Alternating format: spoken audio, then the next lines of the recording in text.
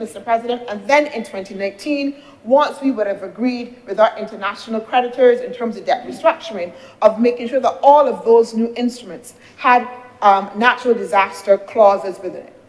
But of course, nobody could have predicted the pandemic. So up until that point, our instruments would have only had natural disaster clauses and not pandemic clauses. So we'd have come through, Mr. President, a pandemic that cost the government $1 billion, Mr. President, $1 billion, $390 million in increased health and welfare costs, and over $600 million of lost revenue for this country as tourism declined and businesses closed, Mr. President. We would know that the government had to look for money to build a shield around the country and the citizens, Mr. President. Where do we find those resources? How does the country find those resources quickly and at hand in order to create that shield? And this government did it, Mr. President. We did it. The evidence is there. We introduced the business interruption loan, Mr. President, for people. We ensured that we provided for the most vulnerable through the Barbados Vulnerable Family Survival Program, which required at the onset over US $10 million and targeted 115 of the most vulnerable families who would receive $600 a month. We had to stand up the facility at Harrison Point, Mr. President. We had to create a shield. We had to create a shield. And therefore, having come through the pandemic and living through that experience, and knowing that it meant, therefore, that we had to be able to learn from that experience, in 2022, when the government was negotiating with the IDB and Nature Conservancy for the debt swap, then we looked to make sure that those instruments included not only natural disaster, but then as well the inclusion of a pandemic clause, Mr. President, the inclusion of a pandemic clause. So again, Mr. President, I hope that we can see that this is a government that is learning, a government that is intended to make sure that we are able to provide for our citizens, a government that is not willing to sit back and wait and see what will happen, but that we are using as much policy tools to create the necessary space in order to address circumstances that remain, Mr. President, unpredictable. Unpredictable, but we planned. Unpredictable, Mr. President, but we planned. Mr. President, that IDB and Nature Conservancy, and I want to be very clear, again, that this is not the government taking on more debt, Mr. President. Actually, it was actually a very innovative instrument that allowed the government to move the savings from its debt towards environmental sustainability. And it actually as well has become a blueprint and a best practice in many instances, Mr. President, internationally as well, for how a government can channel once it is able to find the right partners. And I want to say that we were lucky to have both the IDB and Nature Conservancy working with us in this way in order to give effect to this particular transaction. Through this debt swap, Mr. President, we had a reduced debt burden by swapping debt for environmental projects so that we can actually reduce our national debt. Through these swaps, we were able to secure more favorable interest rates, leading to long-term financial savings and as well improved environmental management. Again, Mr. President, using as much innovation, as much policy tools as we can in order to be able to address the circumstances. Mr. President, this discussion around the natural disaster and pandemic clauses cannot be had unless we also discuss this government's international advocacy as well, and in particular, the Bridgetown Initiative. I know many Barbadians will say that they don't understand what it is. They don't understand why the Prime Minister flying all around, talking to all of these people, what it means when we have national things here to be able to take care of. What does it have to do with us? What does it have to do with us? What does the Bridgetown Initiative have to do with us? And Mr. President, I want to speak to some of the results of the Bridgetown Initiative, because it is the Bridgetown Initiative that is creating space for us at the global level that is allowing us then to be able to see a change in the financial architecture and how, again, multilateral banks will treat to governments like ours, and in particular treat to that, and how we can ensure that we are able to finance our climate resilience program, Mr. President. And there have been several successes from this Bridgetown Initiative, Mr. President, if you permit. So one, Mr. President, under our call for the provision of immediate liquidity support under the Bridgetown Initiative, there has been an agreement for the IMF to rechannel the special drawing rights, 100 billion in special drawing rights for vulnerable countries, and 60 million of which is already in a fund for vulnerable countries. The reform of the global debt agriculture. Mr. President, we have realized progress on individual country level, such as debt restructuring deals for Ghana, Zambia, and a debt for nature swap in Ecuador, Belize, and Barbados. The IADB offering, listen, Mr. President, natural disaster clauses in all new and existing loan agreements in conjunction with a contingency liquidity facility. Barbados is one of the highest users of natural disaster clauses. And now through the advocacy of the Bridgetown Initiative, we see more, not only countries, but also institutions, multilateral institutions, using them as well in their agreements, meaning that we pass on that option to other countries, Mr. President, would find themselves in the same position. The World Bank has pledged to integrate natural disaster clauses, but only in this case for the principle of new loans. World Bank is considering interest rate reductions to incentivize exiting coal as part of the energy transition. The EIB, Mr. President, has extended loan terms to 30 years within 10 years grace period. Because before, what we had argued was that the loan periods, Mr. President, were too long. When you are doing rebuilding and reconstruction, you can't give me a 15-year loan. Reconstruction and rebuilding takes time. So that, again, is a fundamental win. We've also seen a sustainable debt coalition that is devising and advocating for debt reduction as well. And Mr. President, there are many more wins that we have realized from the Bridgetown Initiative as pioneered by the Prime Minister.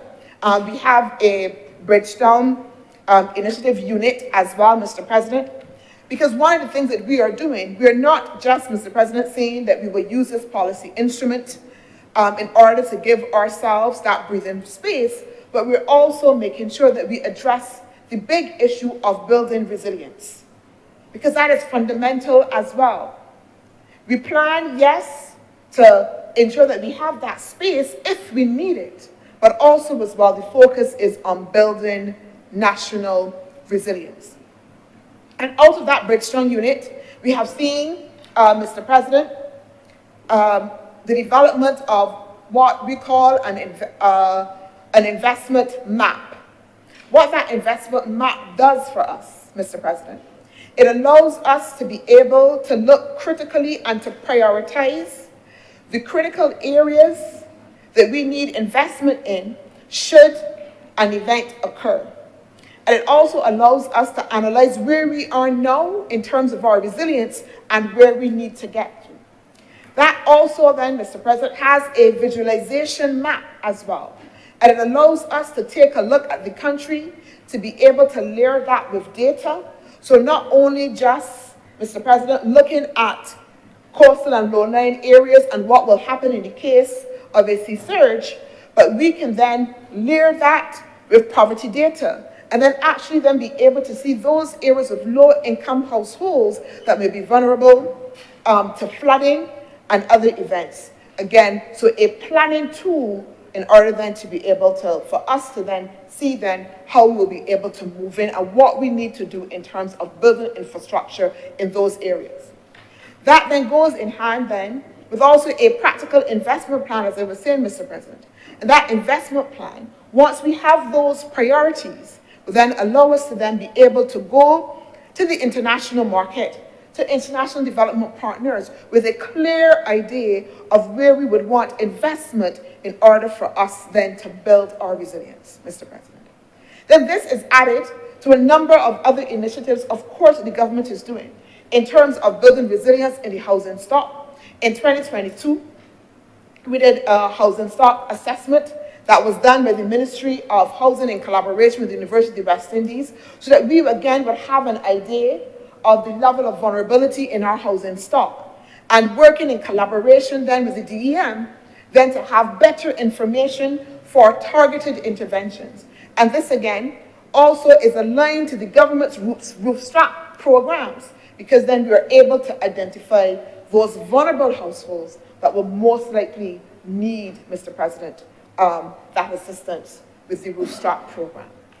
So I'm saying all of this to suggest that we are not only creating that policy space, but we are also very practically addressing those issues of how we build resilience.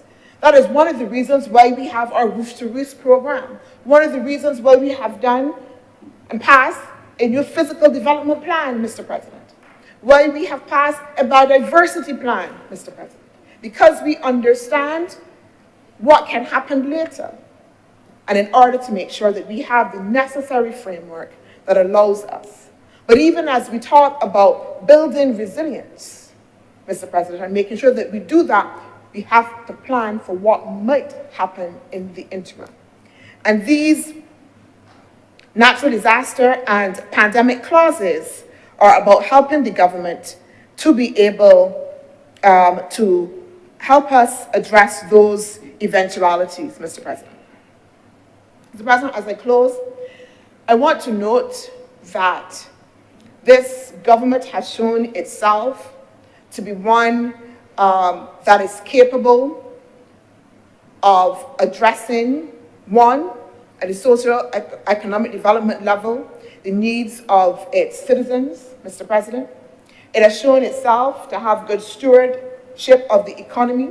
You would note, Mr. President, that last year we were adjudged the 5th fastest growing economy, Mr. President. And that says a lot from a country that just, how much years ago? 4 years ago, Mr. President, was on its knees. But we have done so, Mr. President, through good stewardship. And these natural disaster and pandemic clauses continue to be part of our strategy to be able, again, to demonstrate that stewardship, Mr. President. I therefore commend this legislation, commend this bill, Mr. President, to this House. I'm obliged. Thank you very much, Senator Dr. Monroney. Please beg to move that read a second time. Yes. Mr. President, I beg to move that this bill be read a second time. Thank you very much. Speakers, Senator Driggs.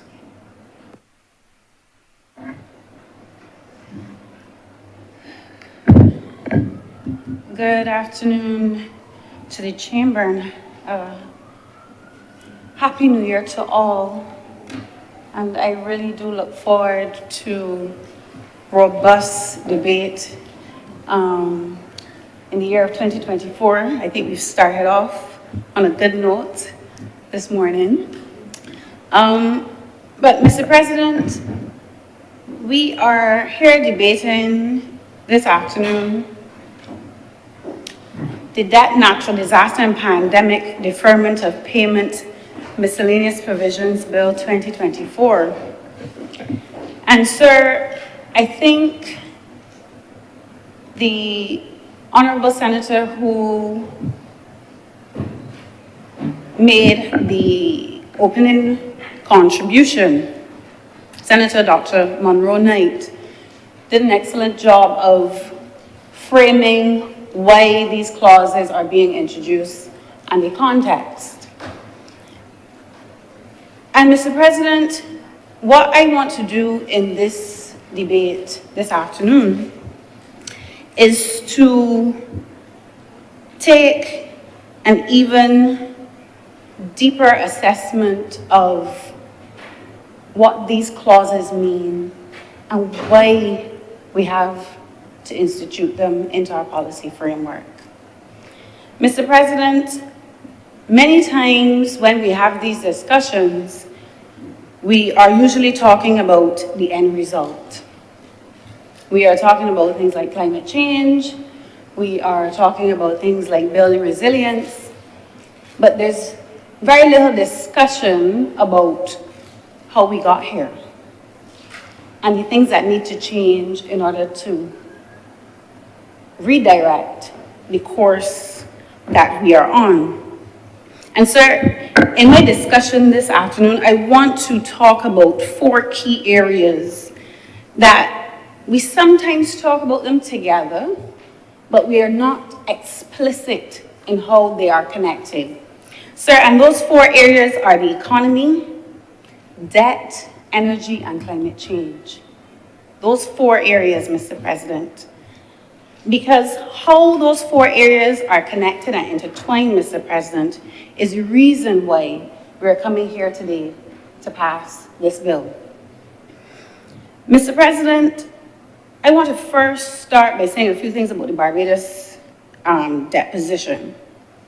Because a lot of the times when we hear the debates about our debt, it is confined to what is happening in Barbados.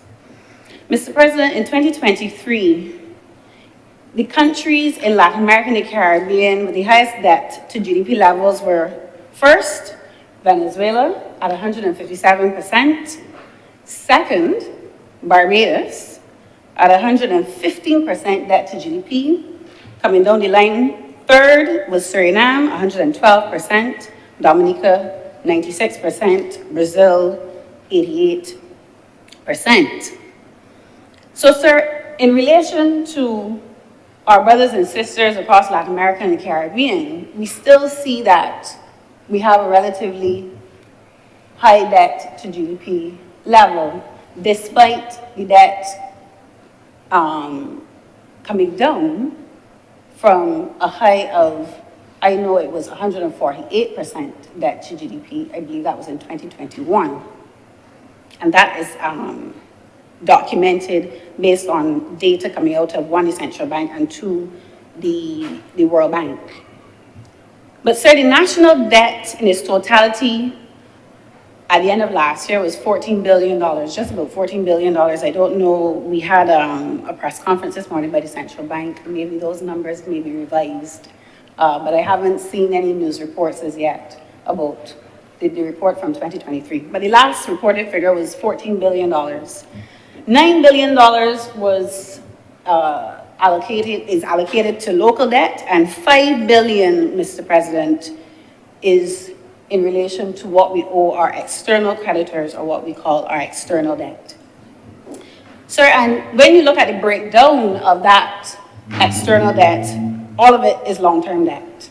All of it is long-term debt, and as we know, must be paid in foreign exchange.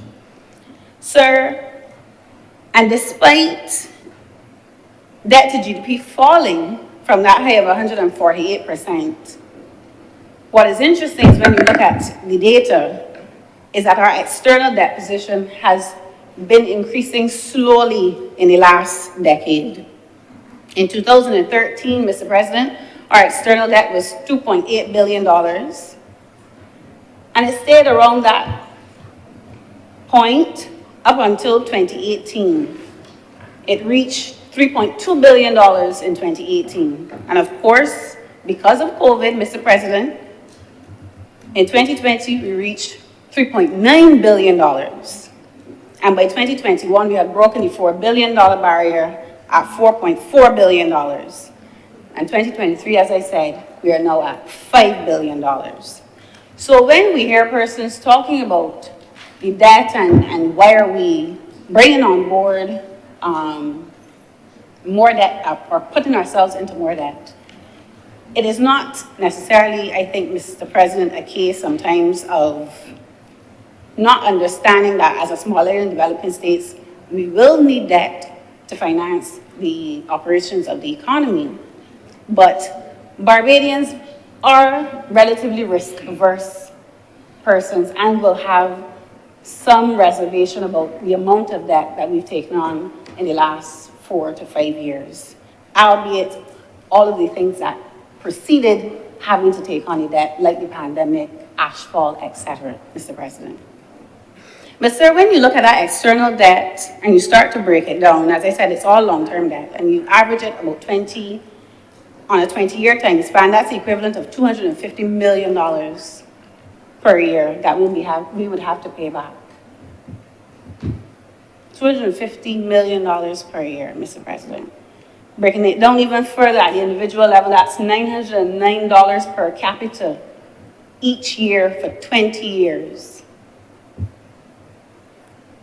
$909 per capita each year for 20 years in external debt alone, Mr. President. And that's just the principle. That's just the principle, Mr. President. And as we know, the situation as it relates to interest rates globally have been changing, and we've now entered a space where cheap or accessible financing is becoming scarce. And the average global interest rate is expected to peak sometime this year at around 5%, Mr. President, despite us still acquiring debt well above that at 7% as we passed last year, Mr. President.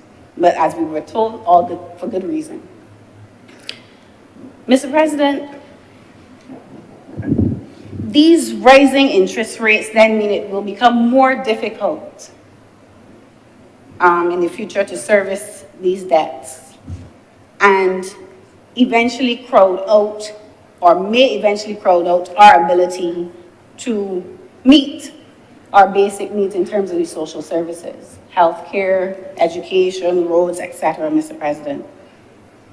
And hence why I believe, Mr. President, like the Honourable Senator Monroe Knight, these natural disaster clauses and pandemic clauses are necessary in the event that we are hit with an extreme weather event and there's a humanitarian crisis that needs to be dealt with immediately. The government must have the room to be able to deal with these issues. But sir, outside of these emergency situations and disasters, what is clear is that we simply, and I've said this in this chamber already, we simply do not earn enough money, Mr. President, in a small economy like ours to cover our expenses. And moving into an era, Mr. President, where debt is becoming an issue globally, I ask the question if we can reduce our reliance on debt even if the economy does not grow, and what then are our policy options? Can we reduce our reliance on debt even if the economy does not grow, and what are our policy options? And so I think having that discussion, framing it in that way, we may find ourselves in a position where there are policy options that we may have not thought about before that we can implement, Mr. President, and reap greater rewards even when the economy grows. But Mr. President, the business as usual is always to rely on the assumption that the economy grows, and therefore we will be able to service the debt. But sir, Barbados is not alone in this debt problem. We are not. And this is where I want to take a bird's eye view on this issue, Mr. President. Sovereign debt and debt held by private households and corporations, Mr. President, globally, is starting to become a serious issue in some financial corners. And there are some experts that believe that the system may not hold up under the level of debt that is in the system. Sir, for instance, even in large advanced economies like Japan, Japan has a debt to GDP of 255% as of last year. The US, a debt to GDP of 123%, and China, Mr. President, a debt to GDP of 287%, Mr. President. And I go further with this issue of debt.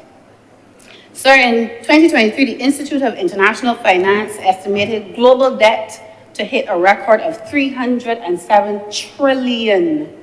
$307 trillion. And if you put that into the context of how much we earn as a species, I would say, because it's all human beings now that I'm talking about. This is global debt, Mr. President. Global debt to GDP is 336%. So here in Barbados, when we have a debt to GDP of 115%, it is just a microcosm, Mr. President, of what is happening globally. There is a large amount of debt in the financial system, and there are many persons who are warning of a collapse. Mr. President, the IMF and the World Bank have also stated in a report last year that 60% of low-income countries are at or near debt stress levels. And that is where they will be unable to fulfill their financial obligations. Mr. President, and in that context, we have to ask ourselves, as the Honourable Senator who tabled the bill, how do we become resilient in the face of that environment, Mr. President? Sir, but I go further and say that we know that debt is a claim on future earnings. It is a claim on future earnings. We acquire it today with the promise of paying it back based on earnings in the future. But fundamentally, sir, where the conversation must also go now in the context of climate change, debt is also a claim on future energy use and physical and natural resources.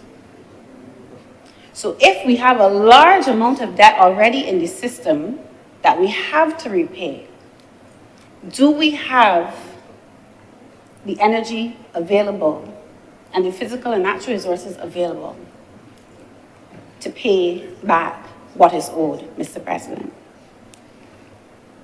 And sir, despite having that connection between future economic activity that is based on energy and physical resources, Mr. President, that instruments are not issued based on projections of energy availability and natural resources.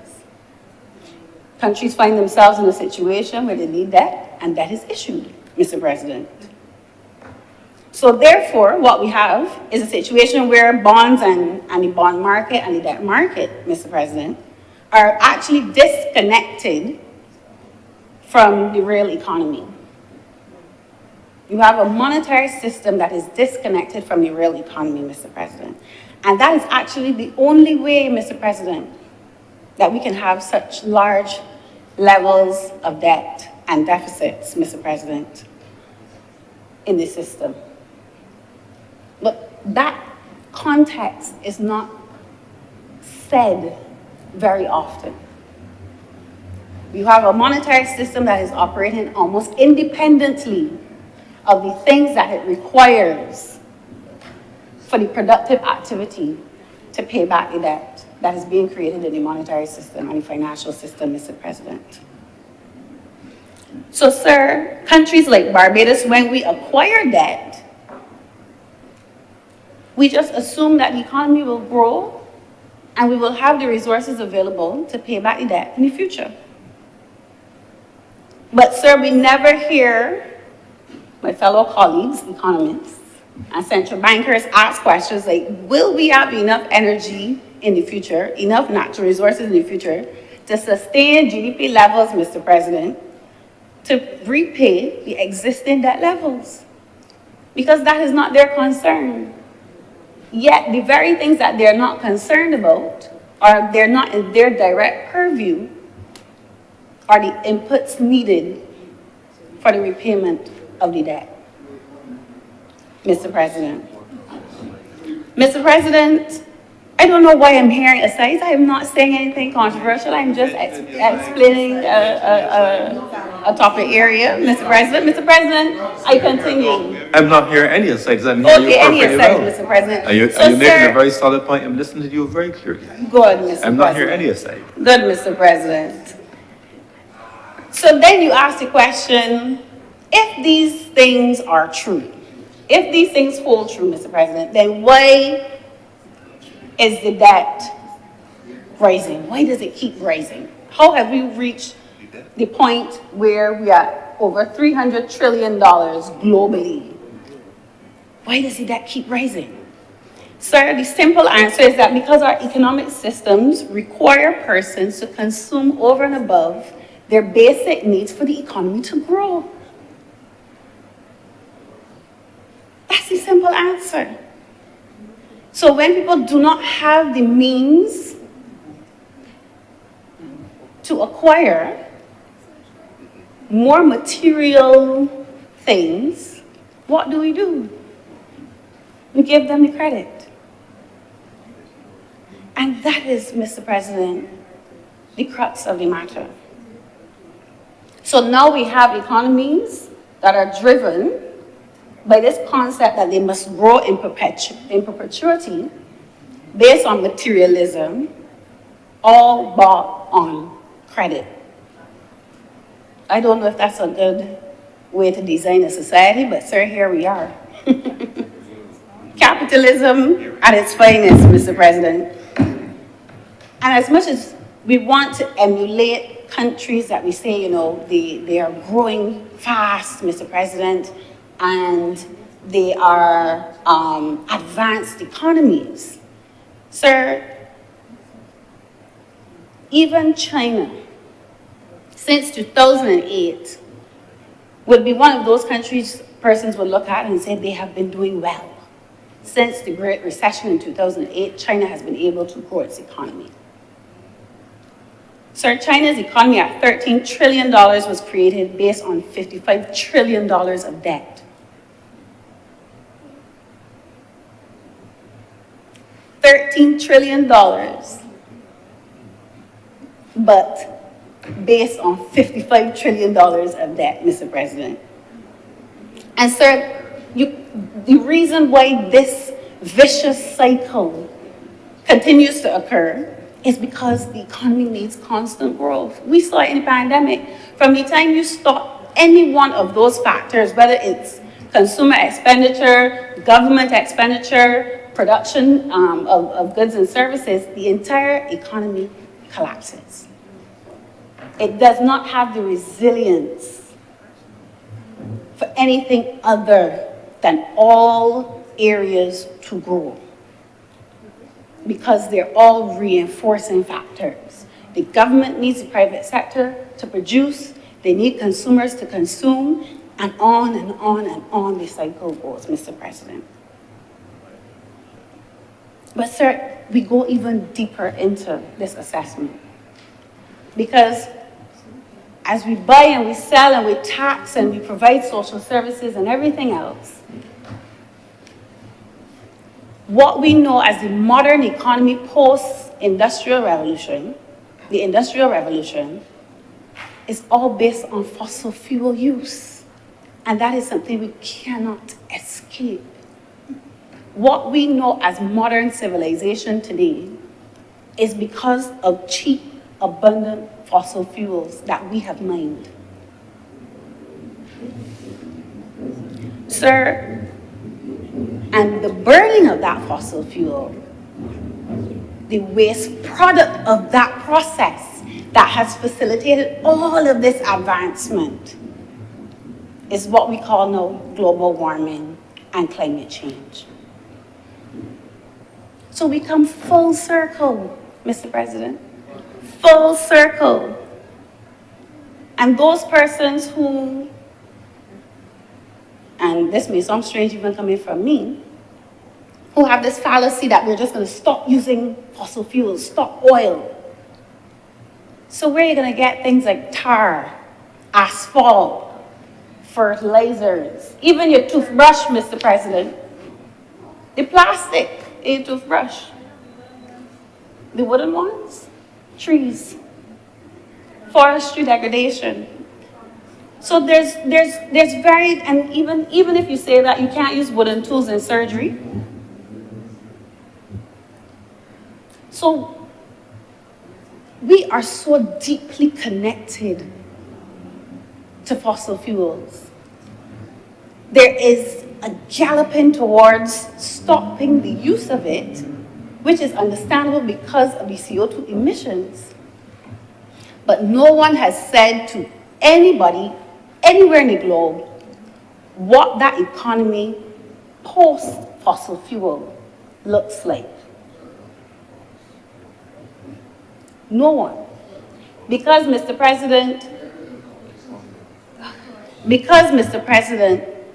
even the byproducts from the refinement of oil are found everywhere in each household across the globe once you've crossed a certain standard of living. So are we going to then tell persons, well, you can't buy that many TVs, you can't have 3 and 4 cars parked outside the house, even if they're EVs, the wheels have to, the tires have to come from somewhere. Where are you getting the rubber from? And that is the dilemma that we find ourselves in. That is the dilemma we find ourselves in, Mr. President. It is not a sexy political message. It is not. It is creeping into the discussion across other parts of the globe, but certainly here in the Caribbean, this discussion is not happening, Mr. President. And sir, when I talk about us being unable to even see how energy intensive the economies that we currently reside in are, take for example, and I'll use the TV.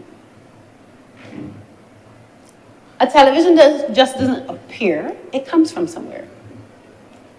The minerals, the metals, the glass, the plastics, the circuit boards, everything has to come from somewhere. There are physical resources that go into building the TV.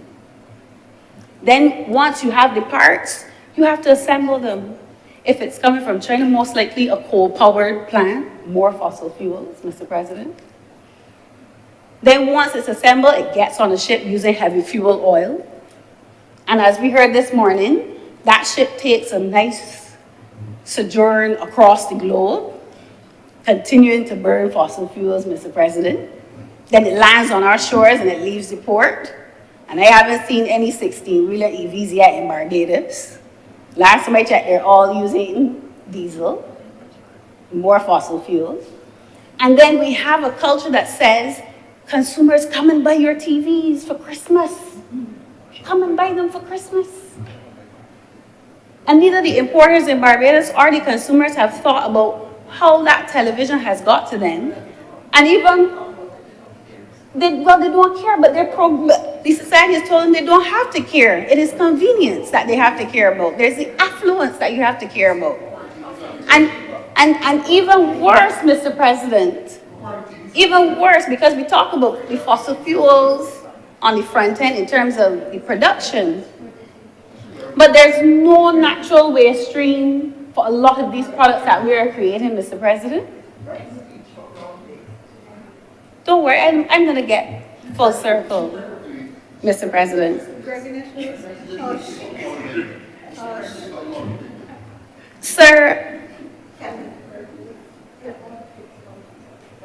what we are doing essentially is saying to persons, when you buy that television, the retail sector, once they've sold over and above last year's amount, the economy has done well. The economy has done well, Mr. President.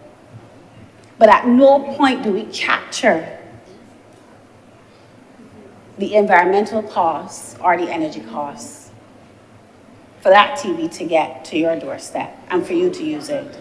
And furthermore, Mr. President, there's no integrated way for us to recycle, upcycle a lot of these products that we are now using as modern conveniences, Mr. President. And so that is at the heart of the problem that we face as a global society. Sir, having, as a small island developing state, now having to institute a natural disaster and a pandemic clause is a result of what I have just described. I see. We have to come here to bring clauses to our debt instruments because we are living in a society that is based on economies that require cheap energy. That cheap energy at the moment happens to be fossil fuels. That, Mr. President,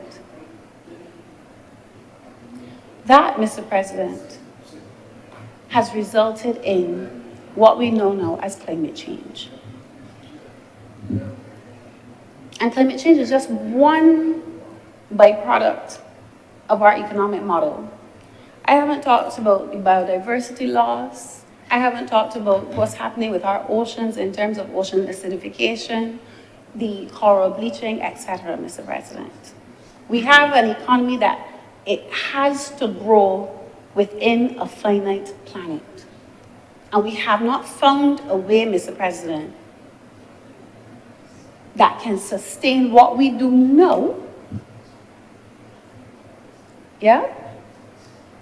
without fossil fuels. And people will say renewable energy.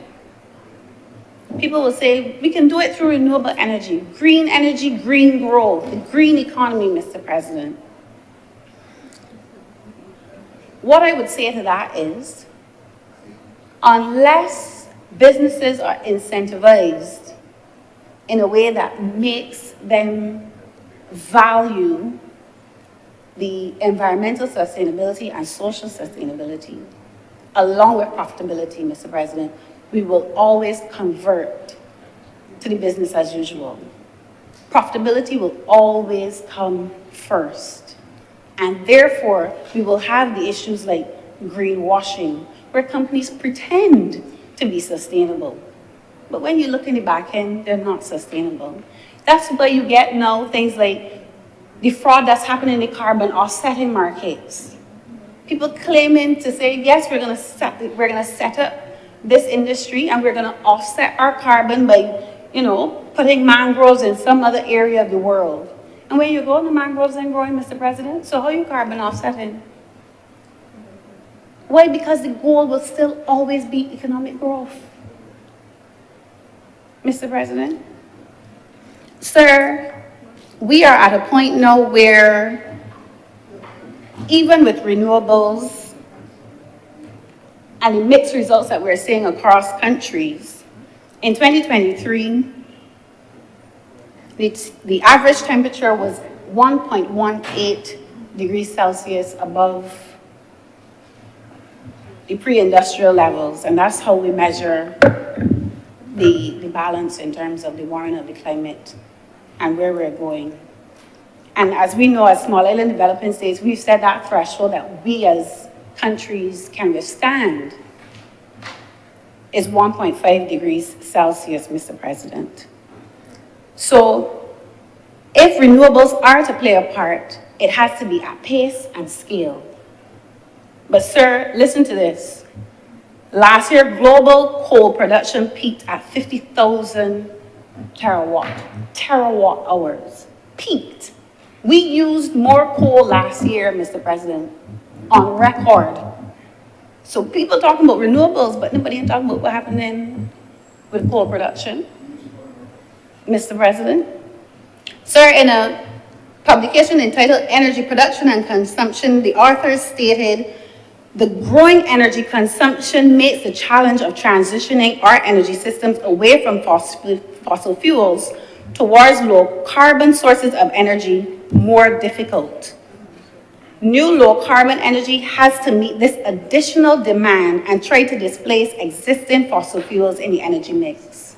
So it is not a case, sir, that we are replacing fossil fuels with renewable energy, Mr. President. We're just adding renewable energies onto the energy consumption. That's what's happening globally.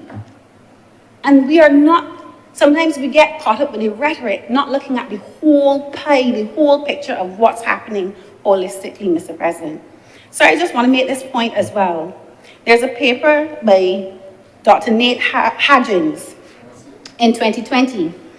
It's called The Economics of the Future Beyond the Superorganism. And he says, if the global economy continues to grow at about 3% per year, which is what the economists want. Everybody in society wants that. We want our economies to grow. He continues and says, we will consume as much energy and materials in the next 30 years as we did cumulatively in the past 10,000 years.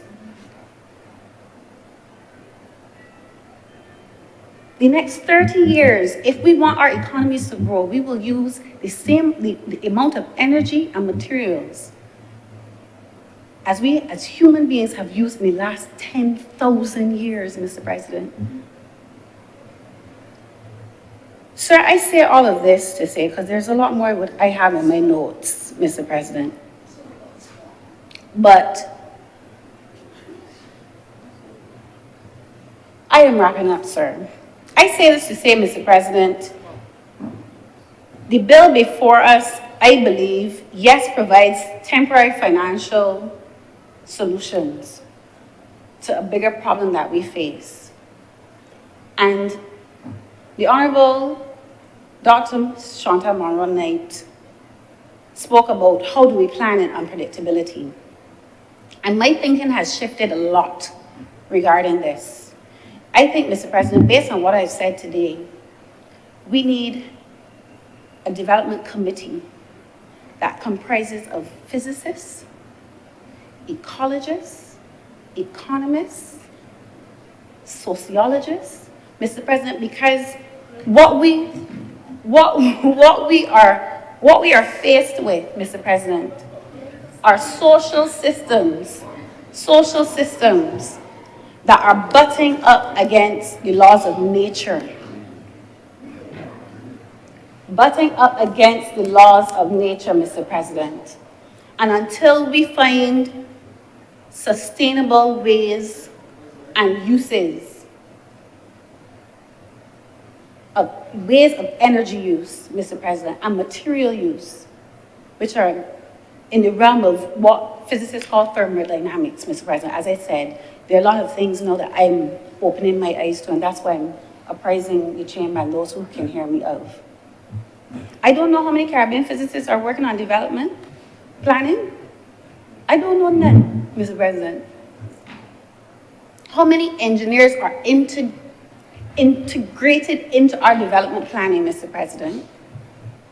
And so we need experts that not only understand their field, but we need those experts to understand how decisions that they make impact all of the other components of the system, because that is where we're falling down. We do not have a systemic understanding of how our society works, how nature works, and sir, how we can plan for the future, Mr. President.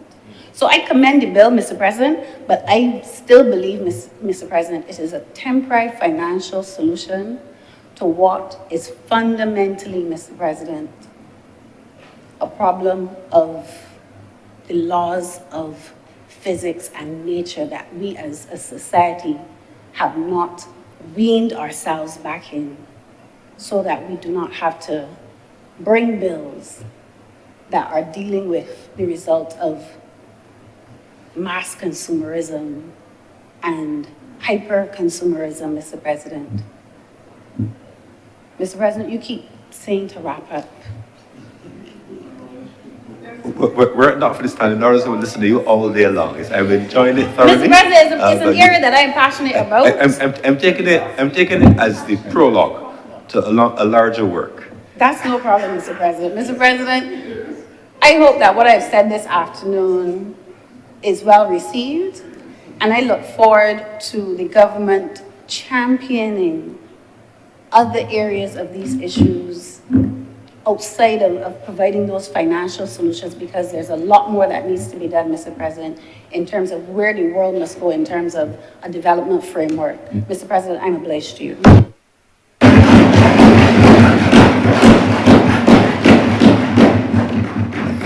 Thank you very much for your very outstanding contribution, Senator Drakes. I look forward to your larger body of work to come. Senator Dr. Hines.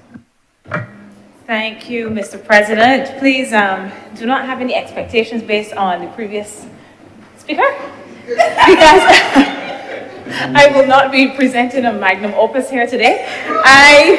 Mr. President, will be speaking very simply, and you know, in some ways, what I would like to say on this piece of legislation is similar in a way to what Senator Drakes was saying, in a way. And, you know, while she was talking, I was there saying, it sounds like we have to deal with the Babylon system, right? But anyway, those are just thoughts that were stimulated in my brain and are not directly connected to that which I have prepared to speak about today. So we are dealing with, I want to get the name of the legislation correct because it's quite long. We are dealing with Debt, Natural Disaster and Pandemic Deferment of Payment Miscellaneous Provisions Bill 2023. And one of the things that I found interesting, and I've been following some of the natural disaster clauses. I have been following them for a bit of time.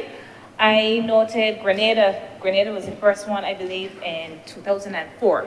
I believe Senator Monroe Knight alluded to that. And since then, these have become more popular. And they are a useful innovation. And I think it is a good thing for us to note that that we can innovate. The people of the Caribbean, of small island states, we are innovative.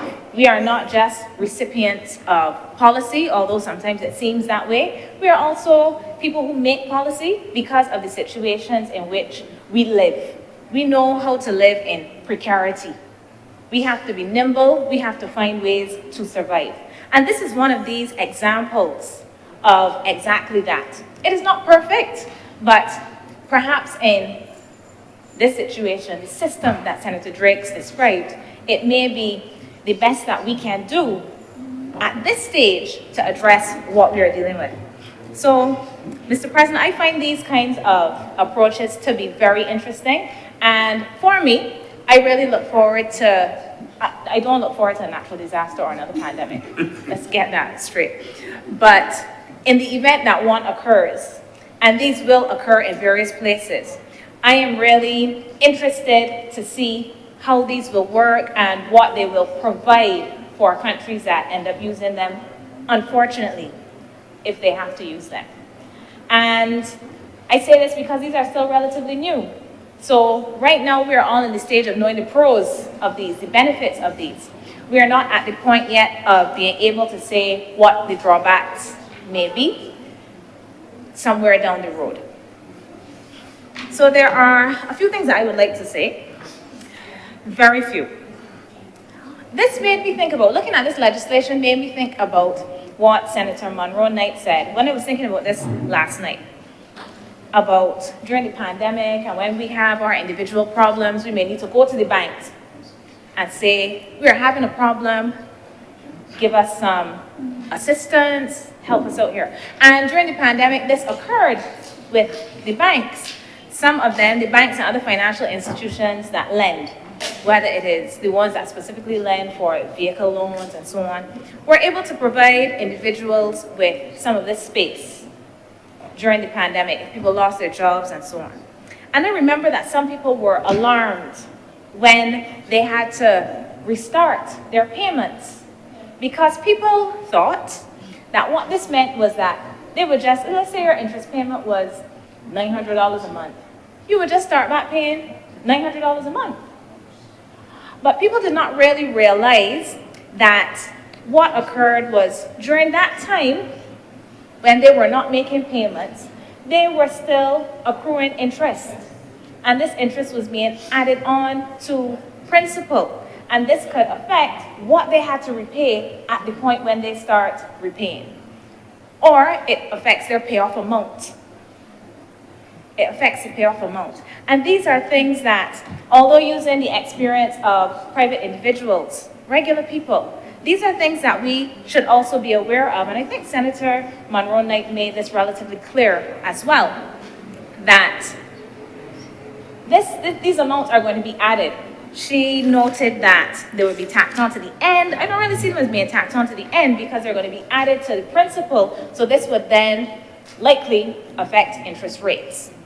And while it is clear that these kinds of clauses, this legislation before us that puts in place these kinds of clauses and uses a very clever mechanism of using the CCRIF, their evaluation of the devastation in a natural disaster as evidence then. So I think that's quite innovative. So while we have this, I'm not certain that people are aware of the fact that this will have implications for the debt in Barbados. Okay, it will have implications for the debt, but not to the extent as if we, as a country, had to take out additional loans. That is true.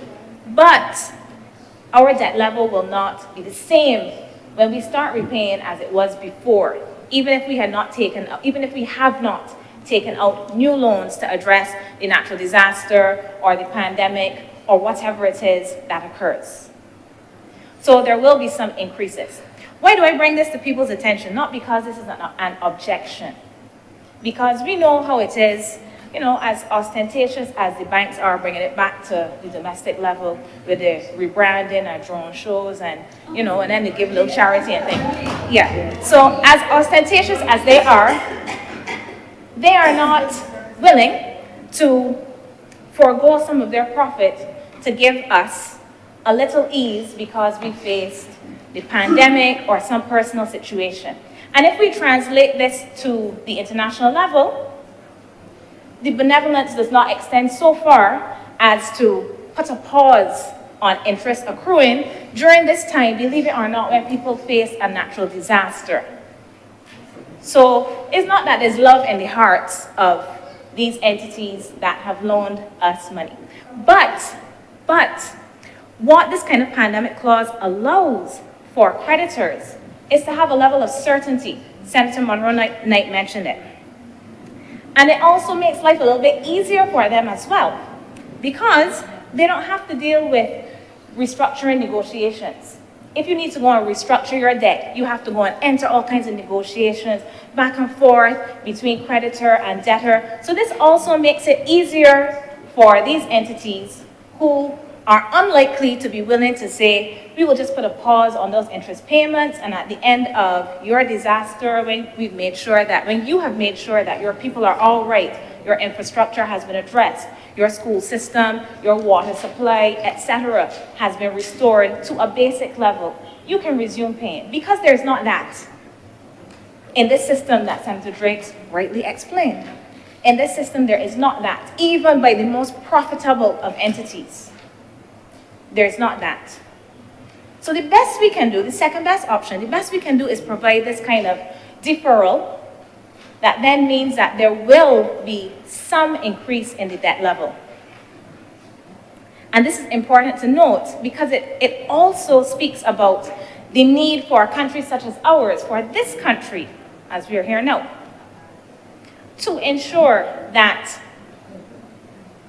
in the event that there are these disasters, and we hope that we will not have any, and that if we do, that they will be relatively mild and we can recover well from them. But in the event that such things occur, it is imperative that small island states are prudent with their finances, can manage finances appropriately, that we deal with things like corruption, which we have very little of according to Transparency International, compared to other countries in the world. We're at number 24, so hooray.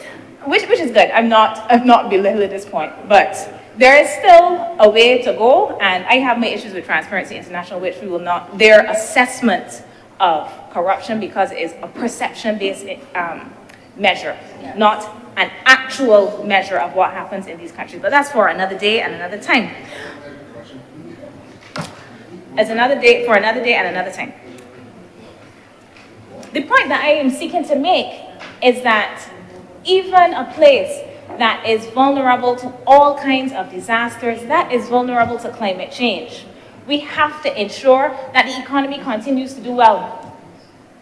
It has to do well, because at the end of that deferment, when the payments have to start again and the debt has increased, we have to find ways to continue paying that debt and doing all of the other things that the country needs to do, and to try and see how we can continue to work on our debt to GDP level, continue to work on our debt load, debt burden, so that this country, our country, is not in a difficult situation, a situation that most of us voted to get out of. We want to ensure that we do not end up there again. So this means that while this legislation is useful for addressing the kinds of events that we do not want to see happen, we have to take them for what they are. They are measures, second best measures in my estimation. They're measures to help us cope in a difficult situation, but they do not do things such as provide us with additional money. They're not providing us with additional money in order to do things that we need to do. They're saving us from using the limited resources that we have for a 2-year period. We're using them now to deal with the issues we have rather than paying down debt. But at the end of that period, we still have to think about how are we going to pay down our debts? How are we going to have a sustainable debt to GDP level? How are we going to grow our economies in ways that are not exploitative of our people? So it's not just about economies growing, but economies growing in ways that people get to feel and experience. Because it's hollow for us to say that the economy is growing and people feel as if their lives are worse than they were when the economy wasn't growing or was stagnating or something. So that I do not go off on a tangent, Mr. President, I will stop there. Thank you. Thank you, Senator Dr. Hines. Senator Dr. Hines. Thank you for recognizing me, Mr. President. I rise briefly to speak on these amendments because I think it's critical that we recognize the importance of some of the measures that we have taken in this House in the last few years related to managing our debt. And this is another measure that I think is highly commendable because we know that crises are costly. Only last week, the doomsday clock, if you've ever heard of it, the doomsday clock was established by a group of atomic scientists back in 1947. And the idea is that as we get closer to midnight, we're getting closer to catastrophe. Last week, the doomsday clock was put at 90 seconds to midnight, suggesting that the world is at a tipping point where we're seeing more wars, more famine, more hurricanes, more disasters. And it is with that understanding that we are trying to take measures to ensure that we can be better able to withstand the the shocks, the external shocks that tend to disproportionately affect small island states. The IMF tells us that small island states are 4.5 times more likely than large states to experience disaster-related damage in proportion to GDP. We know that because of our geographical positioning, that we here in the Caribbean are in a particular situation where we know that with the global temperatures are rising, last year was the hottest year on record. We have a situation where there's increasing threat of drought with more consecutive days of lack of rainfall. There's an increased risk of coastal inundation because of rising sea levels. All of these threats put us at risk. And what these measures are seeking to do is to acknowledge that we can ensure that in the event that we experience, God forbid, another major hurricane, or in the event that we experience a pandemic, that we can be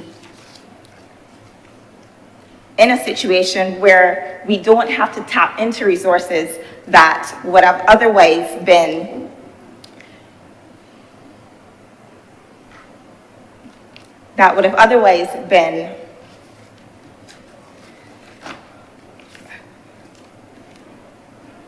okay, I am going to just make specific reference to what I wanted to address that Dr. Drake's made reference to, which was our situation on the debt. She's prophesying.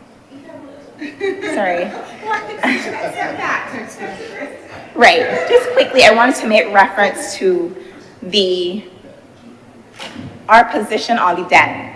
The central bank governor's report was released today.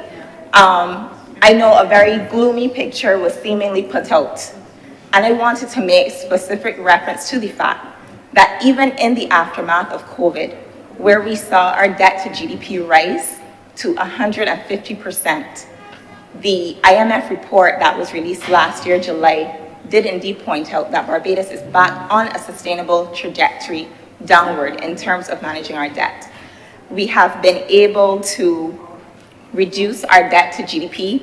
Today, debt to GDP is down from 150% at the peak of COVID down to 115.5%.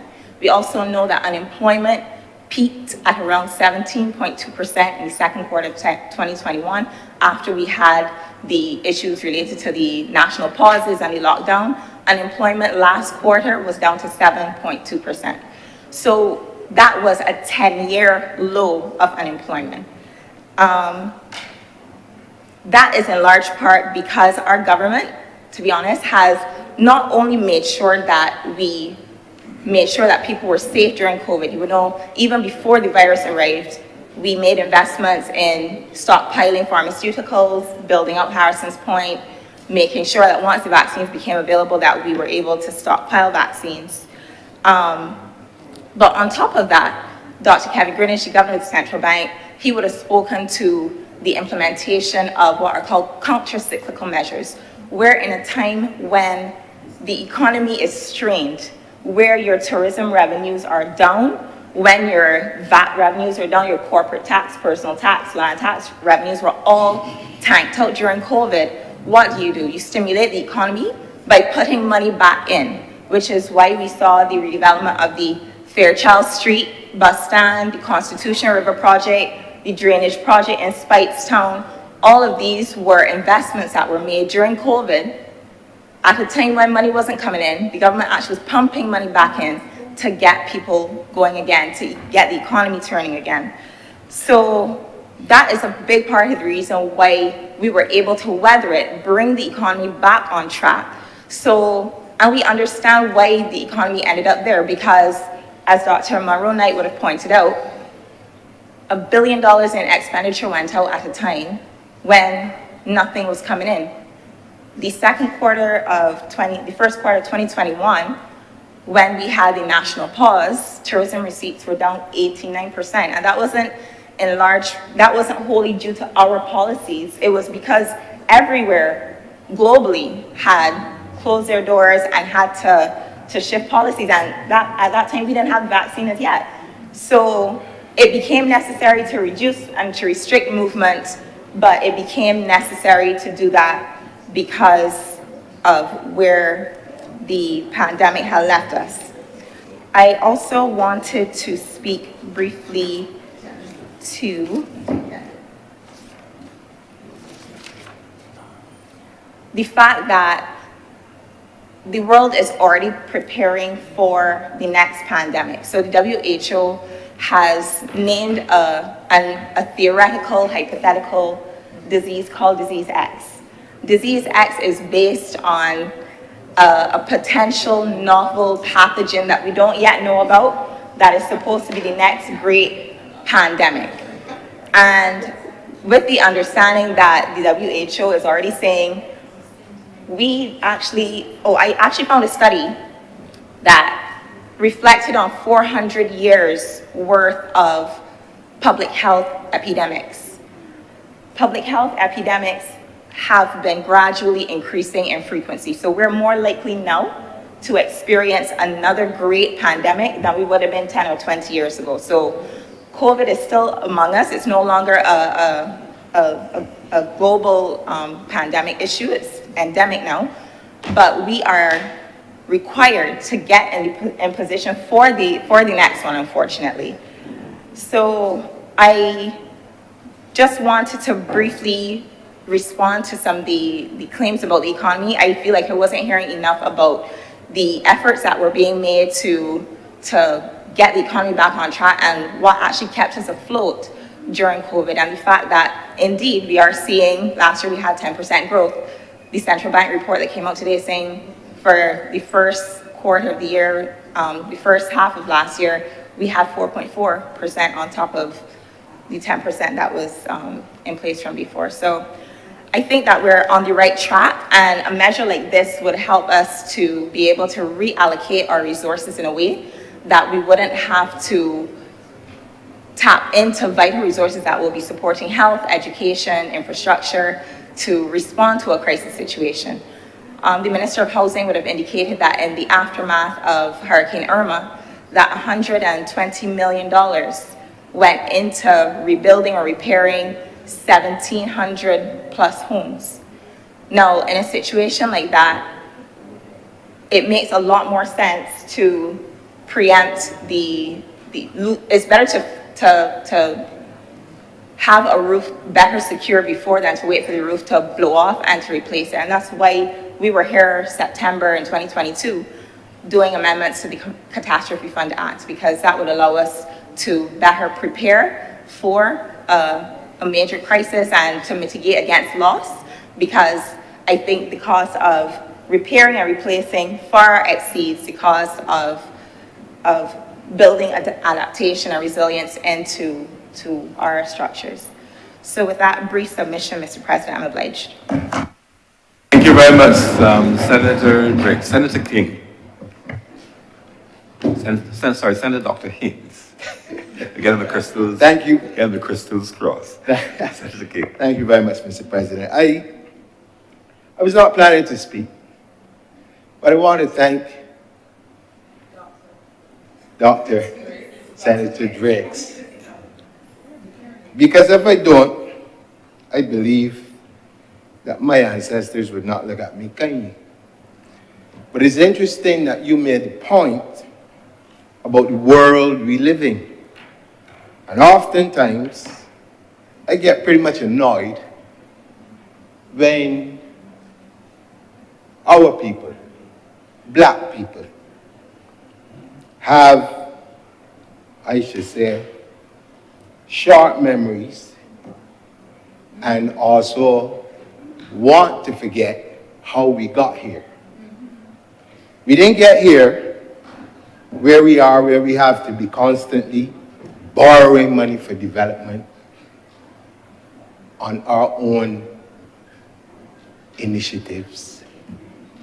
You cannot speak on these types of issues without looking at the history of where we came from. Mrs. President, we are as Bob Marley and Peter Tosh and others have sung in songs, 400 to 500 years behind the West.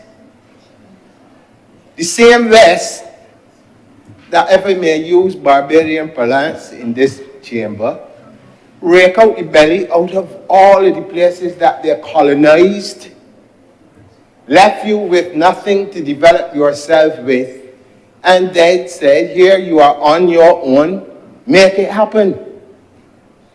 Whereas the same resources that they took from you, they put into their own development, from the sciences, to agriculture, to the industrial revolution, to all of these things. How can we now pretend that we can compete on a global scale with the West that creates all of the things that we use? The economic systems, the education, everything. Think about it. You have been told throughout history that your creative minds are useless. You have bought into it, and therefore your educational system for years reflects that, where you place a lot of emphasis on being able to take in information and regurgitate it at an appropriate time. Whereas your creative people, the same people that you would like to be scientists and others, you stifle. And then you ask yourself, why am I in this predicament?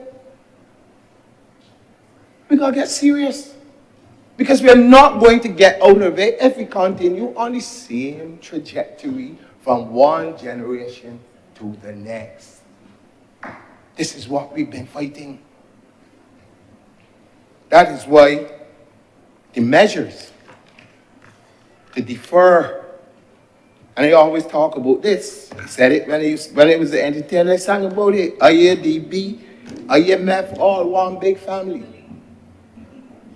Same people, same thing. The problem that we have had for many, many years is that nobody was bold enough to open their mouth to say that this is a problem.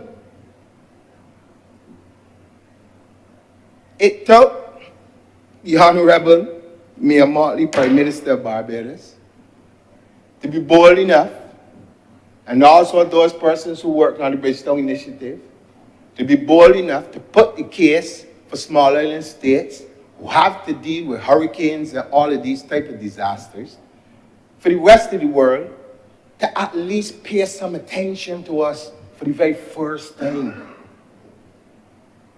For the very first time in my near 60 years. For the very first time.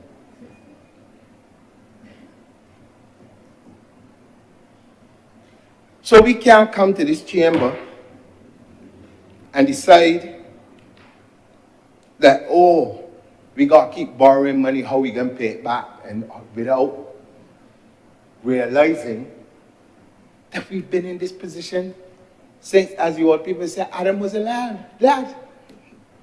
We've always been in this position, and we will always be in this position until we reach the stage where we are the ones doing the science, we are the ones creating our own medicines, we are the ones finding the new minerals, be they on land or under the ocean, but we are not doing that. So we always have to be playing catch up. When you spoke about the whole idea of things in terms of capitalism, we got people that leave the Caribbean and go up to London to witness University of Economics. Exactly, and come back home bragging and boasting about all the things that they have.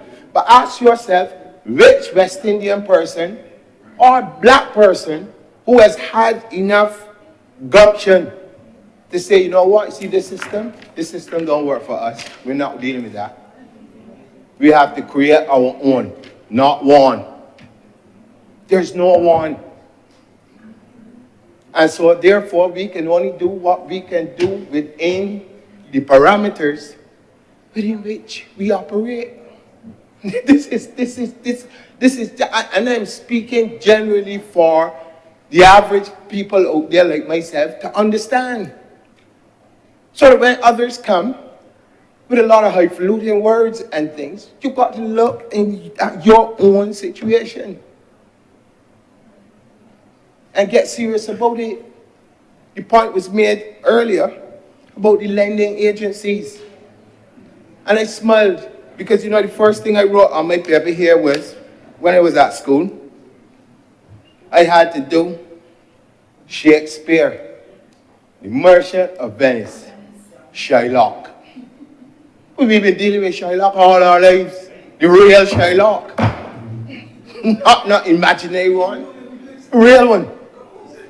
And so it is important that we, as I said before, we begin to get serious about these conversations that we're having. Because we have enough brains within the region, within the continent, to interact with each other, to begin to deal with these problems ourselves.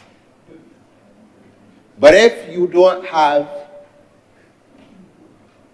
financing to put into, let's say, the development of other renewable things that people come up with. And if you look across the globe, you can see people in Africa and other parts of the world coming up with all sorts of new ideas and technologies, but they don't have the financing to bring these things to market. And obviously, people who are benefiting as the world is today are not going to give them the prerequisite finances to bring these things to market, to cut them out. Because as you said, Dr. Drex, we live in a capitalist society created by the best. And we are trying to do what? Our best. Underneath it all, I'm a Calypsonian, just remember. So it is important, Mr. President, that when we talk about these measures that the government is undertaking at this particular point in time, I want to take people back on a more serious note to the period when we had the pandemic, the ashfall. It was also the Sahara dust. And for those people who live in the east of this island, who even today have to deal with that dust, it is sometimes unbearable. Now, these are natural things that are happening, and as I always hear people say, oh, there's climate change and there's this thing, but the same scientists have told us that at one stage there was an ice age. So therefore, we can see this as part of a natural transition of the earth itself. How do we mitigate against it? We can do as much as we can at the small states, and we all know that we don't contribute. Our contribution to the whole emissions and stuff is negligible. But we have to pay the price of the same people who are making the rules and regulations as to what you should do and how you should do it and whatever else. And we are not the ones causing the problems. We all bear the brunt of it. This is the world that we live in. The question for all of us should be, when we have to take measures like this, is how are we going to play our own individual parts in dealing with this crisis? What is it that we can do to help ourselves under the circumstances? Food security is one of those things that I keep harping about, and I will continue to harp about it until I can't harp no more. Because it starts with you being able to eat, to survive, to have good health, and these types of things. And so, if you have to take monies, as was seen during the pandemic, get all sorts, from the vaccines to the building of North Point, to getting all sorts of other things to help persons who are out of work. I mean, when you think about what this administration did during that period, anyone who is being truthful would say that the job was more than commendable. I mean, up until recently, you still had persons working on housing for people who lost things during the freak storm. All of those are things that call for capital, call for money. And the government had to do what I call magic to make these things happen. And you have to borrow too, because you've been left high and dry since slavery and independence. You have no other way to get it.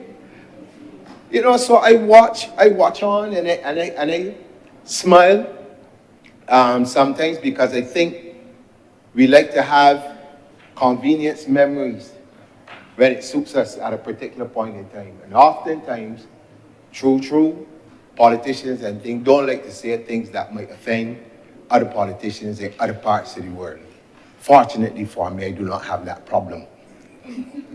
Because at the end of the day, I have children, family, friends, and other people who look like me that I have to represent, regardless if I'm in here or outside on a stage.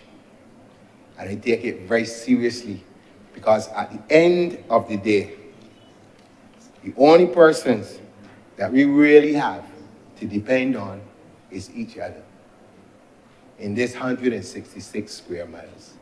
And we are outside of the island chain, and God forbid that if anything real serious has to happen to us, it can take a long time for others to get to our aid. And so the time must come, or I would rather say the time has come, where we must, at some point in time, begin to agree on certain things that are for the benefit of every single person living in Barbados. And Mr. President, with those very few words, which I hope that persons listening to us and people at home will understand where I'm coming from, I am obliged to you, sir. Thank you very much, Senator John King. Her Honour, Senator Thompson.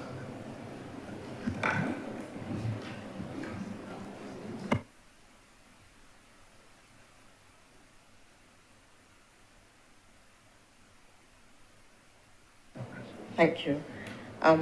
We are, Mr. President, at the beginning of a year. I'm just trying to get a statistic. I apologize. We're at the beginning of a year, and I therefore want to take this opportunity to wish all colleagues a very happy new year. We are perhaps starting today on a very interesting note in terms of the speeches that have been made.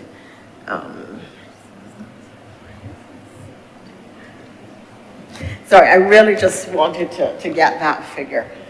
So I want to sort of speak to and respond to some of the comments that were made today, and I start with the very interesting conversation of Senator Dr. Drake's. So we're all prophesying today.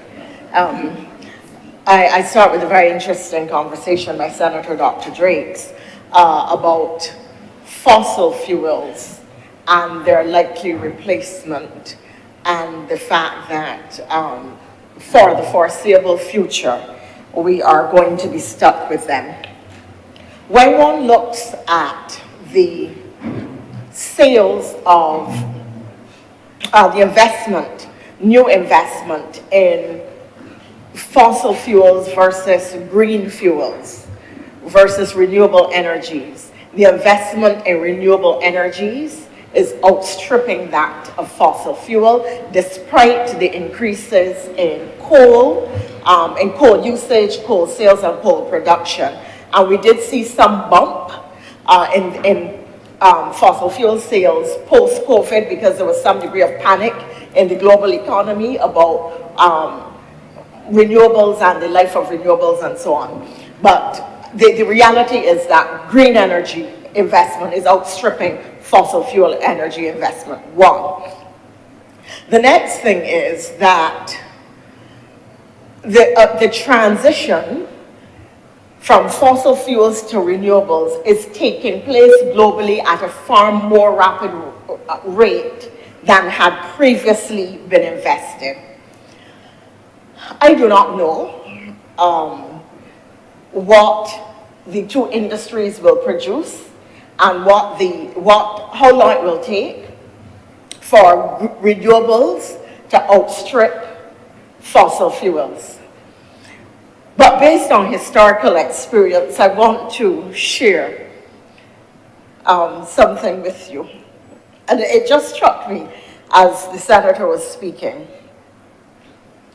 The first commercial motor car was sold in 1895. It was produced by a man called Alexander Winton, who built it in his basement and sold it for what was then the princely sum of $1,000. He was widely laughed at. The kinds of comments that were made was that this strange contraption had no future. That he was playing or fiddling with, he was playing the fool or fiddling with a buggy that won't need to be hitched to a horse, and that cars would never replace horses. His banker personally called him to tell him how very disappointed he was that he was wasting time, intellect, money, and energy on this nuisance contraption, this nuisance piece of equipment that would keep a lot of noise, cause pollution and problems, and that nobody wanted. At that time, of course, horses, carriages, buggies, and various forms of horse-borne and mule-borne and animal-borne transportation and machinery was extremely well entrenched. The $1,000 US at the time would be $36,517.38 today. And that was the figure that I was trying to do the comparison for, just by way, I know some people in the chamber have an interest in numbers and figures, and I just wanted to see what the inflation rate netted out at. Winton, against all the odds, persisted. And to use a very cliched impression, or I should make the point as well, but he persisted. And the rest, as they say, is history, to use a very cliched expression. What is interesting, and the comparison that I really want to make, is that at the time, motor cars were highly unreliable. His motor car and others in that early period, they broke down frequently, and once or twice a day you would be guaranteed to have a flat tire. We now have run flat tires where a car can be ripped and still run for many, many miles, as has happened to me, because I use run flat tires for safety and security. So we don't know what is going to happen with the technology. We are complaining today about battery storage and how unreliable it is. We are complaining about aspects of the green economy and the fact that they are not enabling transition quickly. But in time, perhaps we are on the cusp of another great economic transition, in the same way that we moved from the period of the animal transportation into the mechanized transportation of the Industrial Revolution, and now we are moving to a new era in technology and growth, that of the green technology with all its implications, which those of us sitting here with our limited imagination and understanding really cannot begin to see what the evolution would be, as indeed the banker did not see. And I found that particularly interesting because it made me think that bankers, conservative as ever, often unhelpful when you have a new visionary idea, when you are seeking to be pioneering or to be entrepreneurial, your banker often does not give you the support that you so desperately need to commercialize your activity. So here we are, and perhaps seeing a mirror-type reflection of what transpired a long time ago. I was of the view that the Honourable Senator Drakes wanted to congratulate the government, but was so busy speaking about all the other things that she forgot to do so, and did not in fact record that in 2018, the debt to GDP ratio was 185%.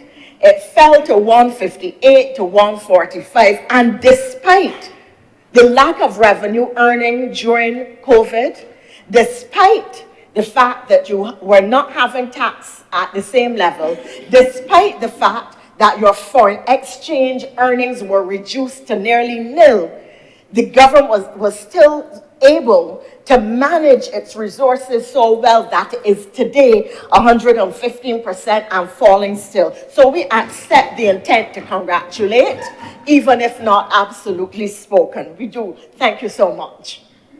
And you're welcome, because as the other Senator Doctor said, Senator Dr. Christina, she spoke to, in fact, to what the government was elected to do. So we are, in fact, attempting to do what we were elected to do.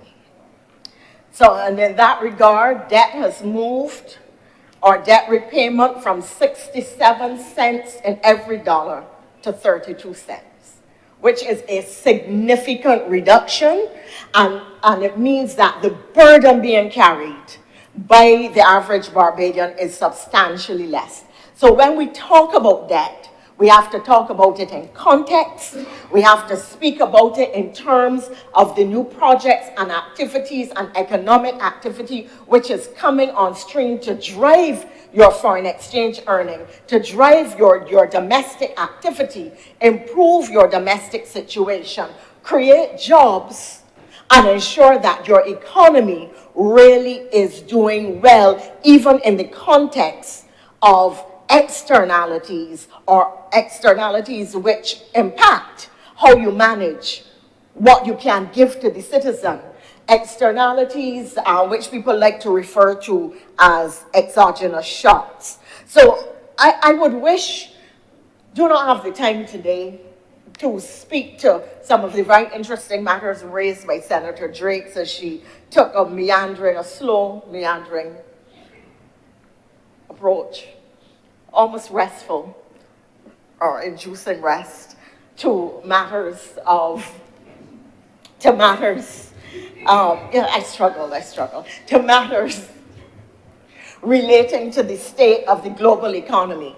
But that is a discussion which, and it is regrettable that sometimes we are driven by what is on the order paper, because this is a matter that it would be good for us to engage on from a philosophical perspective and from a practical perspective.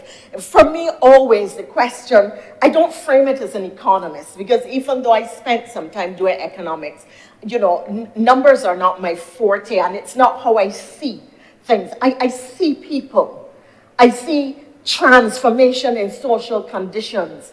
I see people's lives being changed because the right policy intervention connected with them at the right time.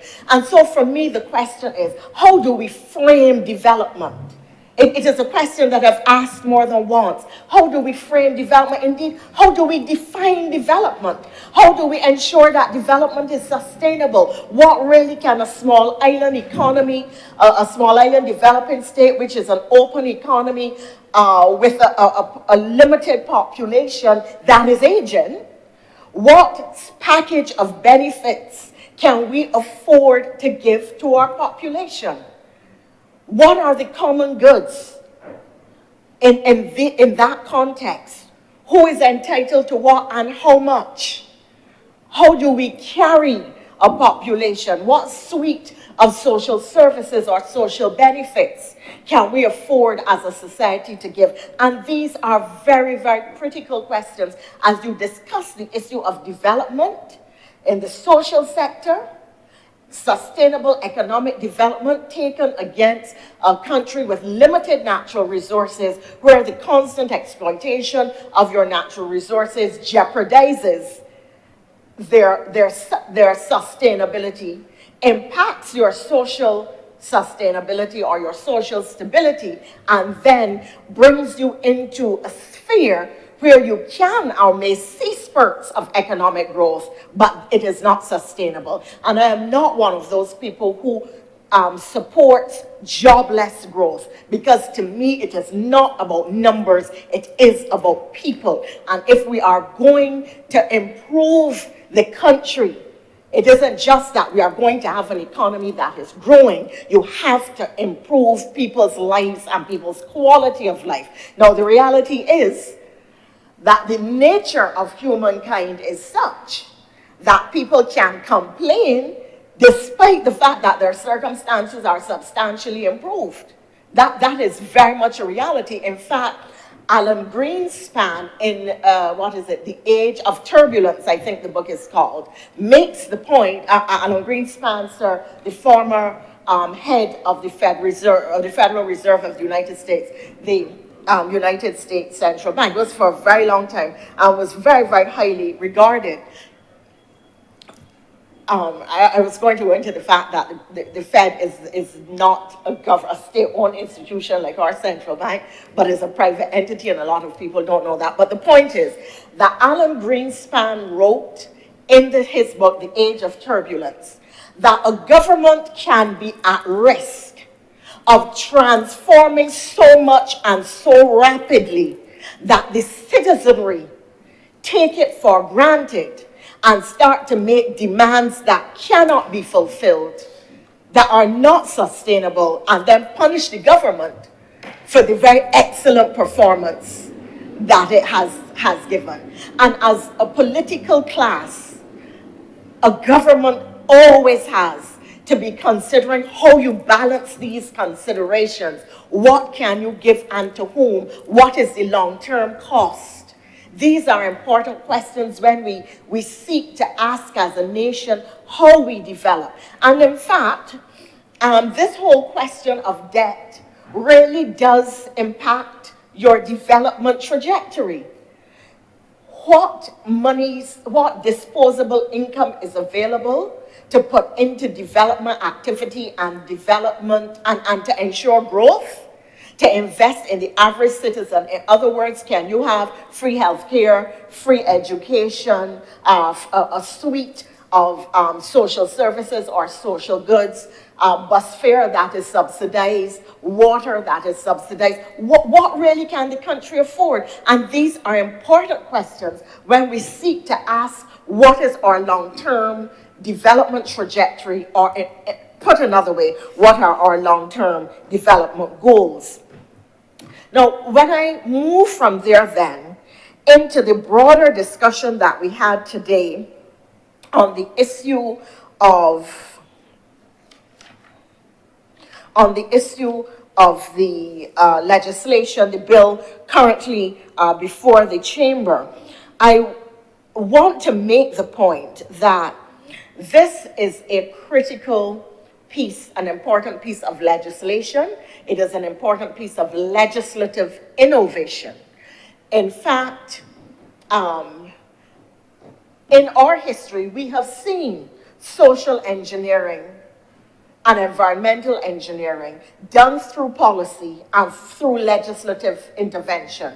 The Tenantries Freehold Purchase Act would be an example of that kind of intervention, of legislative intervention, which created development and growth in rural Barbados, because it gave people access to land, which they could then use as capital in ways that people in Zimbabwe and South Africa and all over Africa and other countries in Europe are still fighting for today. Rights to land, rights to ownership of land, and there was no discrimination and still exists all over the world where many women do not have a right of access to the ownership of land and can only access land through men. So this is an important piece of social and environmental engineering, and it will redound to the benefit of the country. Looking at the legislation itself, and I want to reiterate, what the legislation seeks to do is to say that in situations where a country is in crisis, and that crisis is a natural disaster or a pandemic, and indeed it is now being projected that we are at risk globally of other types of pandemics, whether you talk about MR, the antimicrobial resistance, or whether you talk about the fact that the same way that COVID-19 seemed to come out of nowhere, whether engineered or naturally occurring, the reality is it can happen again. And since you cannot anticipate when it is going to happen, and that small countries as ours tend not to put down trust funds or don't have the resources to put down a little something for a rainy day, you then have to find other mechanisms of protecting the country and protecting the citizenry in the event of crisis. And this is what this legislation seeks to do. So it says, look, we know we have loans. In the event that we have a crisis, what is going to happen, or what will be agreed, is that payment of the loan, interest and principal would be suspended. It would be tacked on at the end of the loan. But for that 2 years or whatever the period is, we will be able to, instead of paying that loan every month, to divert that money towards a development activity, protection, repair, or resilience building. And what is resilience building? Resilience building, because it is one of these buzzwords that everybody uses now and people do not know what it is. Resilience building essentially is identifying risk, looking to see how you can reduce the extent of that risk or reduce the impact and consequences if the anticipated event takes place. So that what the government is doing here is saying, look, we for the last year or so have been having highly unusual weather. All during the summer it rained. Every day now it is raining. You wake up and it is raining very hard at a time when you would not normally be having these rains. We know what it is like to have had the ash fall. We know what it is like to have the freak storm. We know what it is like to have, praise God, only a Category 1 hurricane, Elsa. Can you imagine what a Category 2, 3, 4, or 5 would have done to Barbados? It's a rhetorical question. We do not wish to find out. So that the government then is seeking to say, in the event of such a crisis, we want to be able to suspend our debt payments. And at the end of the period of suspension, 2 years or how much ever it is, we will then resume our payments again. And during that period, we immediately have access to funds to effect repair, to address the issue, to put into the domestic economy or into the domestic situation without immediately having to run to a financier and wait for a financier to say, well, give me a chance. I got to go to the board, and the board is meeting for another 3 months. Or, we don't really need all this kind of money for, show me the just effect for me. You know how it is when you go in the bank, just effect for me. Or, well, right now you're in our priority because they got a war in the Ukraine, and that's where we be sending money, and things of that sort. Because banks too have their priorities, and it is true that a development institution may not be looking at the war in the Ukraine, but they may very well say that they do not have funding allocated for the repair of your bridge. That the fact that Turner's Hall Woods disappeared overnight is not their priority, and so on and so forth. So we have to be careful to find a way of financing our own domestic priorities in the event of crisis. And what happens in those situations? Now, there was a period when, coming straight out in the early post-colonial period, where when you considered what we were doing as independent nations, a lot of it was infrastructural building. Building out social goods, building up social services, building out your healthcare and your educational systems, because you were no longer seeking to produce a black underclass that was intended to form the bulk of the labor pool, to do only blue-collar jobs and to work hard on plantations. You wanted to produce an educated population that could compete in the world, that could live with dignity, that were able to improve their circumstances and those of their families. So the government started to target particular areas of development. And then we have come to the period where it is now clear that development is integral, or rather, environmental considerations are integral to development and to social and economic sustainability.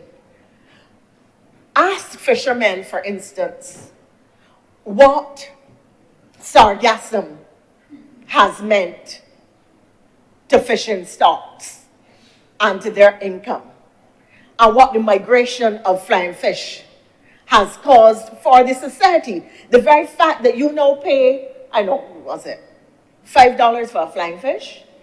When I remember when flying fish used to be 10 cents, you know, and $1 each and so on. So it has, when you think about these environmental considerations, being esoteric, they really have to do with way of life, quality of life, and the cost of life, and the implications for the way certain sectors survive and do business.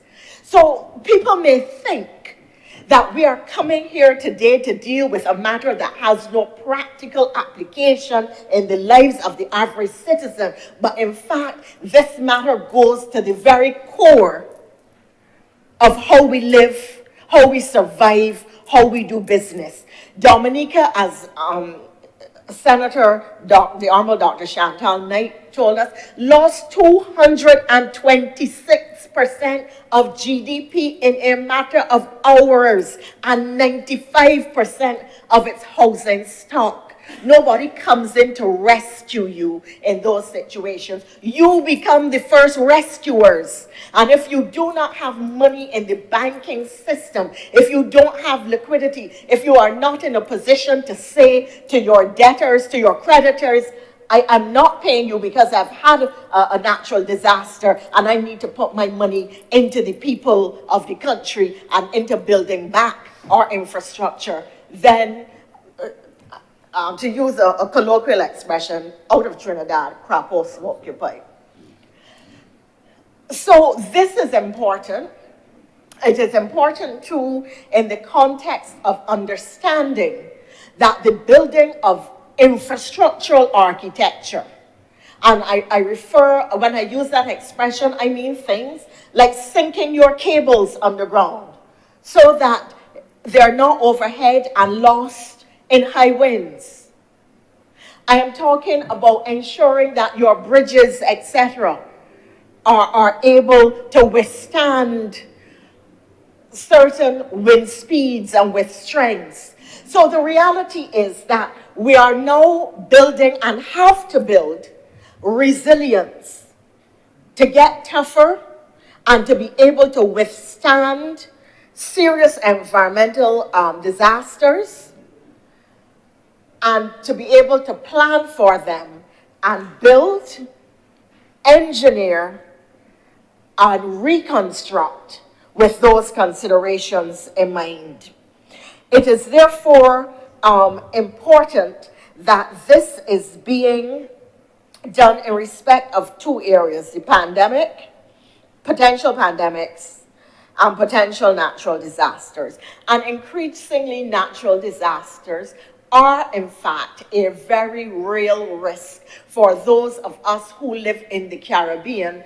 The Caribbean and Latin America has been identified by World Bank IDB as the second most disaster-prone region in the world.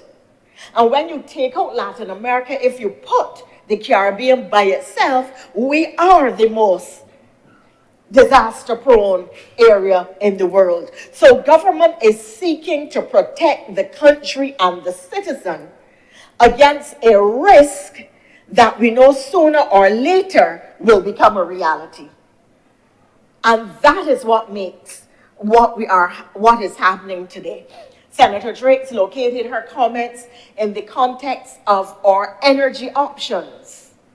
We could speak, in fact, about our options in relation to water.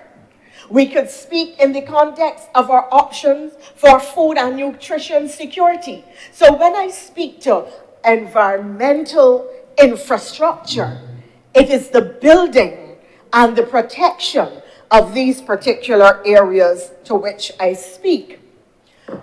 Senator Dr. Monroe Knight also spoke to the issue of the Bridgetown Initiative and SDRs. As a small open economy, when Barbadians, we have to accept that we do not do business with ourselves. We do not trade with ourselves. We cannot engage only with ourselves. We have to have a relationship with the international space. And the more persuasive a voice you have on the international space, the more likely you are to be able to affect global change, and change which positively impacts your country and the average citizen. And so it is critical for the kind of advocacy that Barbados has been doing in the international space to continue, because we have already seen the shifts that are taking place in the policy of the multilateral banks and the international financial institutions and across the multilateral system, and how the vulnerabilities of SIDS are perceived, the extent to which grant capital versus loan capital is being realized, the extent to which rates for loans to vulnerable countries, the extent to which rates are being reduced, the fact that SDRs are increasingly being made available not to developed countries as those who took the bulk of it post-pandemic, but to people like us, and to the fact that the Bridgetown Initiative has been recognized, supported, and endorsed by a number of countries all over the world, because they recognize that when they stand in solidarity with Barbados on the issues which the Bridgetown Initiative encompasses, that they in turn will get benefits. And I mean small countries in Asia, I mean across the CARICOM, I mean other SIDS, I mean LDCs, and countries in Africa. We are at this time entertaining the president of Senegal, one in a number of heads who has come to Barbados in recent times. A recognition that Barbados' star is rising in the global, is in global ascendancy, and people want to be associated with the vision that our leader, our prime minister, is articulating, with the initiatives that Barbados is producing, which will benefit all developing countries, and particularly those with populations that look more like us. When you look at the legislation, as I started to do, you can see that the lenders or creditors will be made whole again, not just by tacking on the deferred payments to the end, but the fact that the legislation provides for CCRIF to certify that there has been an event of the nature which will trigger the relief, that there will be no more than 3 deferrals, so you can't keep saying, oh, there I had a problem. Kadir Chapman another time, you know, things rough. All right, so we had a hurricane 10 years ago now. I mean, we need another 5 years, which of course people would be inclined to do if it were open-ended. So there seeks to be some degree of certainty. The legislation brings some structure to the process. These are important considerations because while we are doing what will benefit us, at the same time, you know from experience with your commercial bank that you have to give your lender some degree of certainty in respect of your capacity to pay the terms and how it is all going to work out. So that, Mr. President, I am pleased to be able to support this piece of legislation, to say that Barbados has been one of the pioneer countries in these disaster relief clauses, now pandemic relief clauses, because it was the disaster relief clauses that were pioneered first, and the pandemic relief clauses is now new. And in fact, it was, you learn from your experience, and it was the experience of COVID with our $300 million, I think it was, in expenditure on COVID that taught you the lesson that in that situation, you will need also some degree of flexibility. Our levers of development can be regarded now as environmental and digital, because the old levers are changing. And it is important for Barbados to create its presence, to mark its presence, stamp its presence in these spaces. For small open economies, for small island developing state, the primary foreign exchange earner of which is still tourism, you always have to protect your space and your natural resources. You cannot develop without access to energy for your base population and for your visitors. You cannot develop without access to water and adequate potable water resources for your population and for your visitors and for all your new commercial entities. So that the environmental considerations which are going to become the platform on which our future development rests are critical to the country. And every time that new legislation is brought here or some new policy measure gives support or further resonance is not the word that I'm looking for, that gives support, I'll say that gives support to environmental considerations and environmental protections, the country ought to take note. Not merely for taking note's sake, but in recognition that this involves every citizen, from the farmer to the fisher person, and I say fisher person because there are more women involved in the vending of fish than there are men. So from the farmer to the fisher person to the person sitting in the office who may or may not have access to proper air conditioning, who may or may not have access to water, etc. So these are important developmental matters that we were, in fact, dealing with. I hope that we will get the opportunity to have a broader discussion.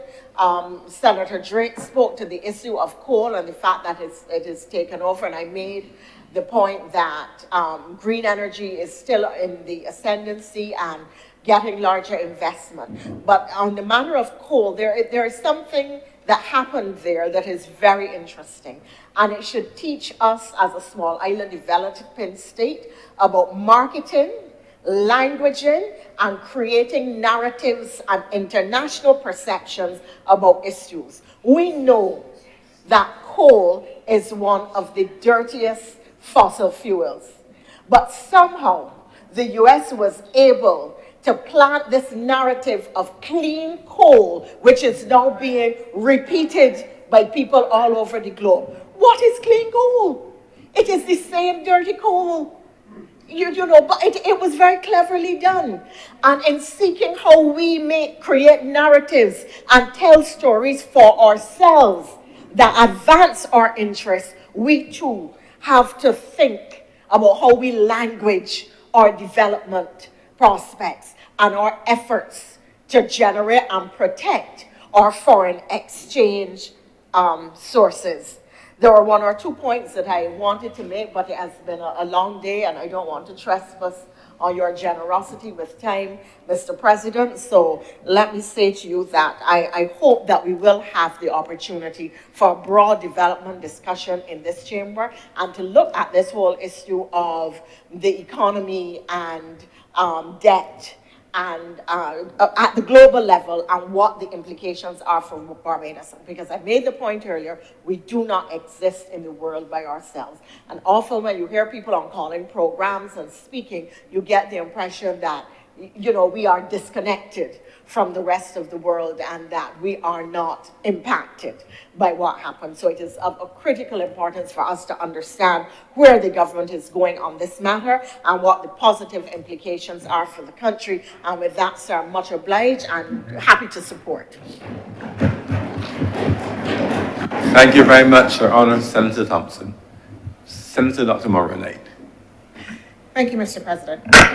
Mr. President, this is definitely one of the occasions where I must say that I want to thank all of the honourable senators who rose on their feet this afternoon to speak in relation to this bill. I particularly want to thank Senator Dr. Crystal Drakes, I'm prophesying, for taking the conversation perhaps in the place that it should be, outside of the realm of the national, and placing it within the context of how we are inserted into the global economy, and what that means for how we develop, what that means for how we are able to build resilience, what that means for our debt, and what that means for our people in the long term. It's an important discussion, and like Her Honour Senator Thompson, I think that it is one that is perhaps deserving of a broader discussion and that we should look for another occasion, Mr. President, on which we can have that, because it's an important discussion to have. Again, like Senator Thompson, I think that people sometimes believe that these are esoteric things, that a nation, a country, can have fully control, can be in full control of what happens because we see ourselves as sovereign nations. But we forget, like Senator King was saying, the history of how we have evolved and how that history still shapes our nation states and our insertion and interaction within the global economy. Certainly, at points within the discussion, I was reminiscing on the New World Group. I'm sure Dr. Christina Hines would remember. Somebody was asking Senator King about, you know, when have people spoken to or spoken out about a different development trajectory? That discussion was happening for a long time within the region, within the intellectual community, also as well the cultural community as well. The New World Group was not only a group of academics, but it brought together as well cultural artists, people who had a critical view about the development trajectory and were interested in framing a new architecture. So it is not a new discussion. I was lucky to call Norman Gervin a friend, Lloyd Bess a friend, Rex Snackleford as well. All of these men, giants. When we talk about alternative development, yes, and political economy for the region. Men with critical thinking, And again, I want to suggest that there are kernels of that within the region that perhaps we need to bring to the fore again, and it perhaps then places a responsibility on the University of the West Indies, the entire University of the West Indies, to make sure that we can have the resonance of that, of those critical voices and those critical thinkers, again, coming to the fore to lead that critical debate alongside governments. Because, Senator Drakes, a lot of what you talked about, and even your call for Development Commission, a committee to kind of look at how we go forward, a lot of that is also found within the Bridgestone Initiative. The Bridgestone Initiative is premised on the fundamental ethos that the international financial architecture is not fit for purpose, and that we must reform the debt architecture. And it calls for that fundamental reform. And Mr. President, much has been said, so I will not go on, but I think that we have framed the discussion sufficiently at the international context, but also at the national context as well. I want to thank Senator Haynes and also as well Senator Thompson for making sure that we understand that, as was said by Dr. Hines, that yes, we have to give careful stewardship, to call it prudent management of the economy, and that is important. And the government has been doing that. I believe, as we would have noted, the governor of the central bank did have his press conference today and did indicate that all of the metrics, Dr. Hayes, Dr. Drakes, suggest to us that the economy is doing well, that it is growing, that yes, financing and debt financing was high, but it was also met as well by policy-based loans, as well as by the BOSS bonds. We noted as well the decline in the GDP ratio as well, that was indicated, to 115%. I believe you mean, for the record, debt to GDP ratio. Sorry, debt to GDP ratio. Yes. Sorry, debt to GDP ratio. As opposed to declining GDP ratio. Thank you. Debt to GDP ratio. We noted that the financial system remains stable and healthy. Financial institutions are well capitalized. Liquidity is high and remains above statutory requirements. Mr. President, and while I haven't had time to read the full report, we know that we have an economy in the context of this government that is exercising prudent management. But also as well, I want to say that I always get very scared when we talk about that notion of prudent management of the economy and growth, because that's also laden as well politically, right? I was part of a movement when governments used to talk and development agents used to talk about good governance and what that means. And good governance and prudent management always meant, according to their metrics, it always meant tax reforms. It always talked about how we should manage the economy according to their own metrics as well. But I think, as was said, we're not only focused just on the growth metrics, but as well ensuring that we have the level of social development, that people can see themselves as part of the growth. Because this government, certainly, for this government, the priority and the priority of the Prime Minister that she always says to us is that we must see and feel people.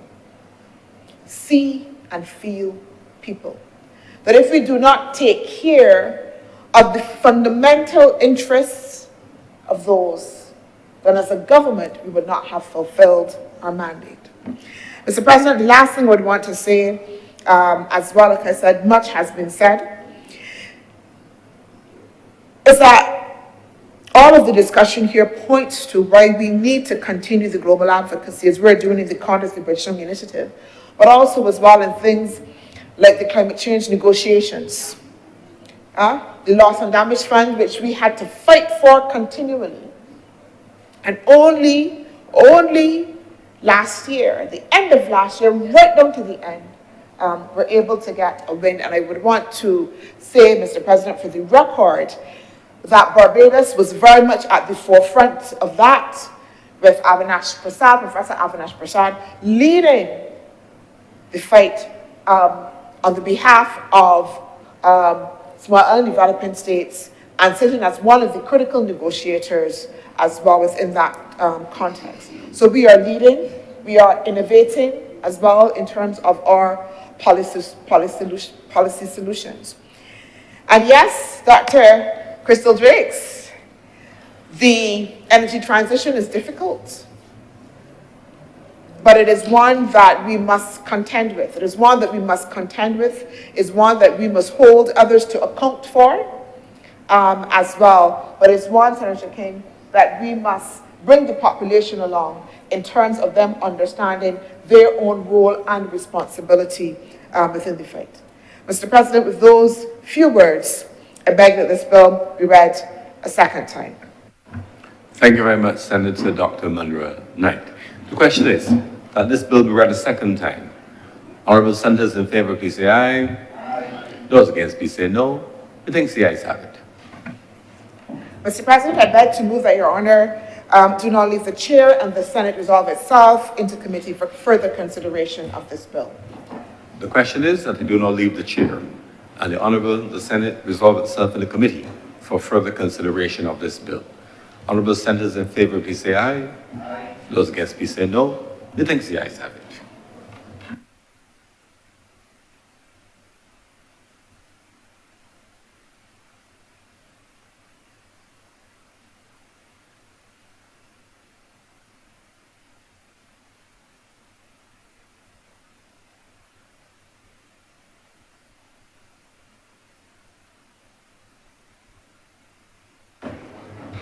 The Senate is now in committee.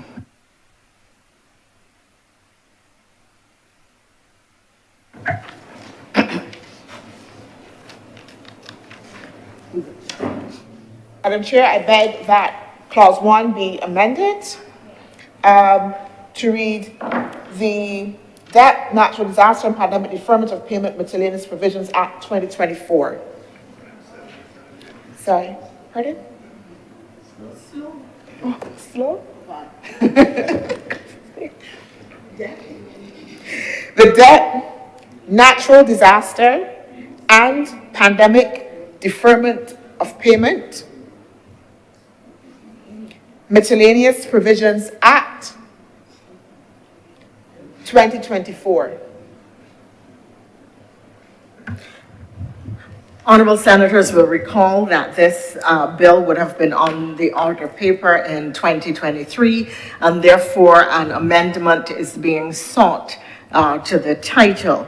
The question therefore is that the bill be amended to read, the title to read, the Debt, Natural Disasters and Pandemic Deferment of Payments Miscellaneous Provisions Act 2024 instead of 2023.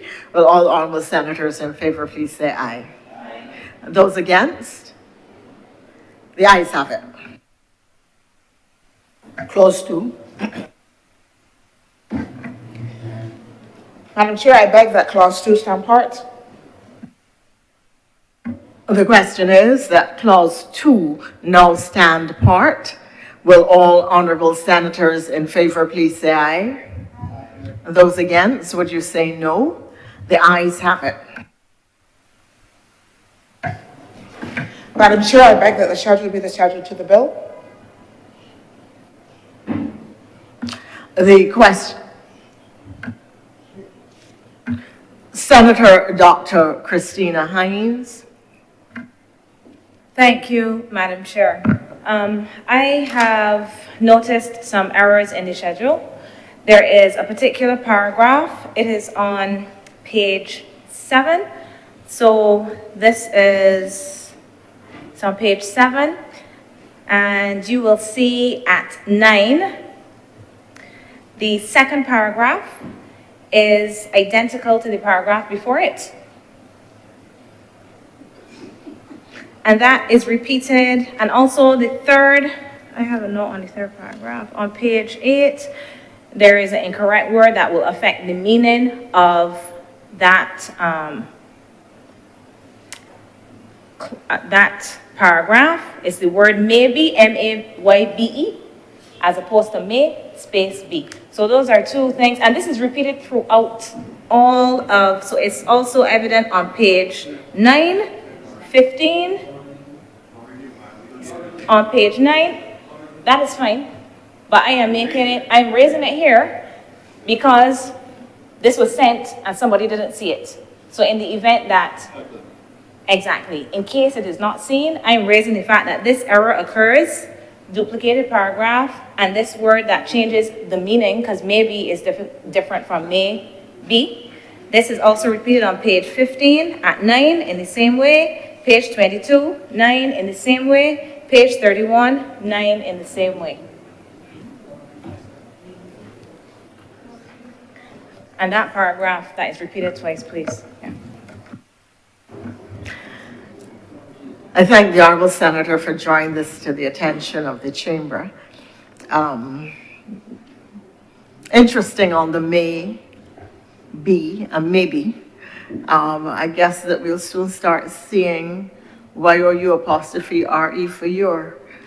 That's absolutely next.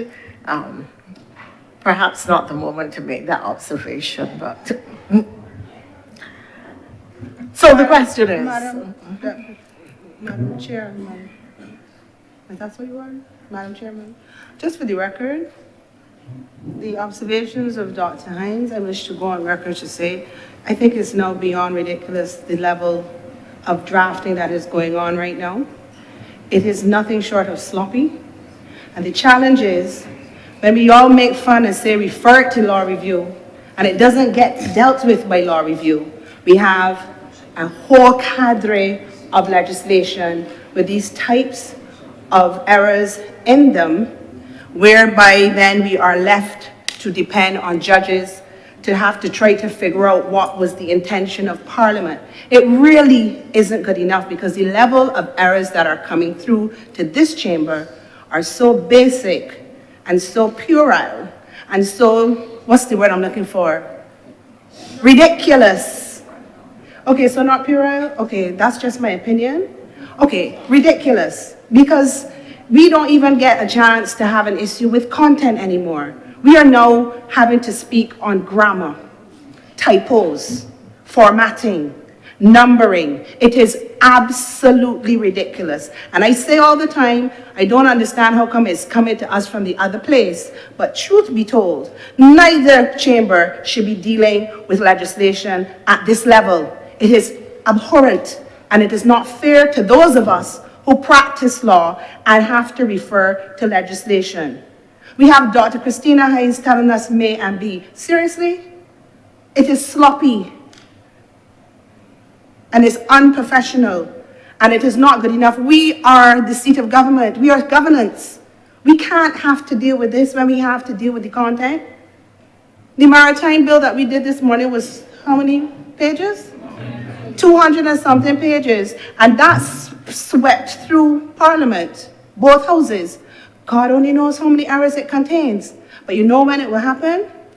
When certain firms work for certain clients and make certain points of law that have to be addressed because the legislation is being drafted badly. I don't know where the problem is. I don't know if people are not getting enough time, but it needs to be dealt with. And it needs to be dealt with urgently, because we have a situation where people are going into court, arguing points, and then hearing, well, that's not the legislation. We've appealed, we've repealed, we've replaced, we've amended. And gone are the days when you can get an amendment in the consolidated index because they're happening so fast and furious, there's no time to document. So sometimes people have to call here to find out what's going on with amendments, which is not fair to the law, to the clerks. It has to stop. It is not good enough. It is now bordering on offensive, at least to me. And it's embarrassing. Thank you, Madam Chairman. Thank you very much, Senator Tate. cannot provide the answer, and I don't think that there will be an answer this evening. But in looking at the issue, generally, I'm inclined to wonder whether or not the problem resides in the fact that we have stopped teaching grammar in schools.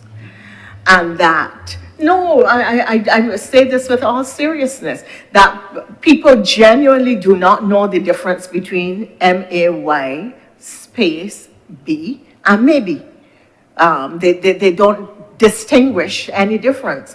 That frequently people do not know the difference between Y-O-U-R and Y-O-U apostrophe R-E. And I could give a whole list of what are now basic grammatical errors that one sees even in documents at the highest level. I mean, I worked in the UN system. I was sometimes appalled at what I saw in final documents.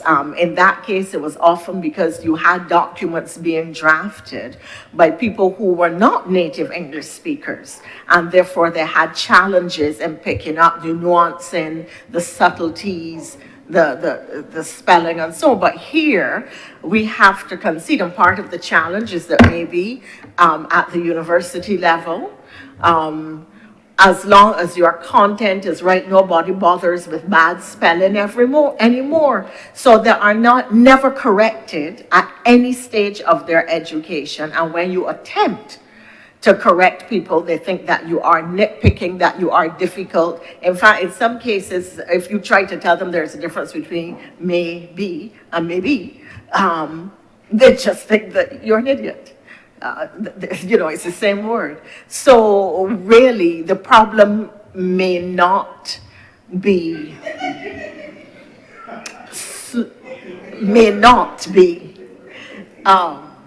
or it might be,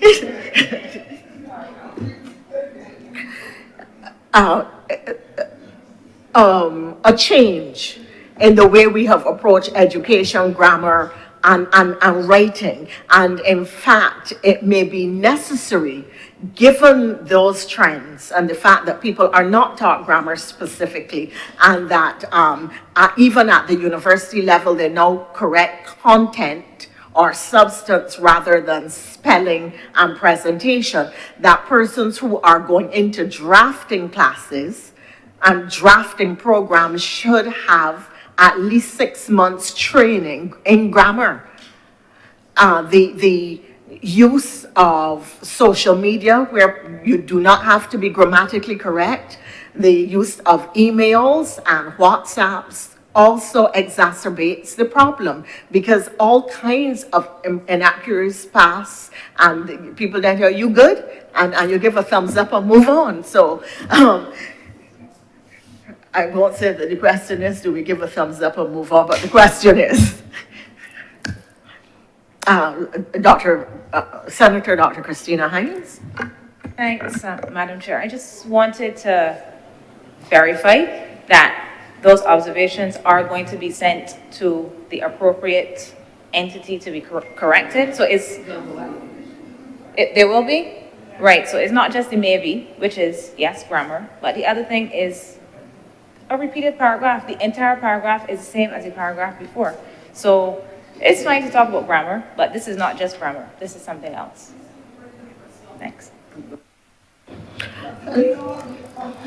I'm sorry, we're done, I know, but Madam Chairman, Senator Tate.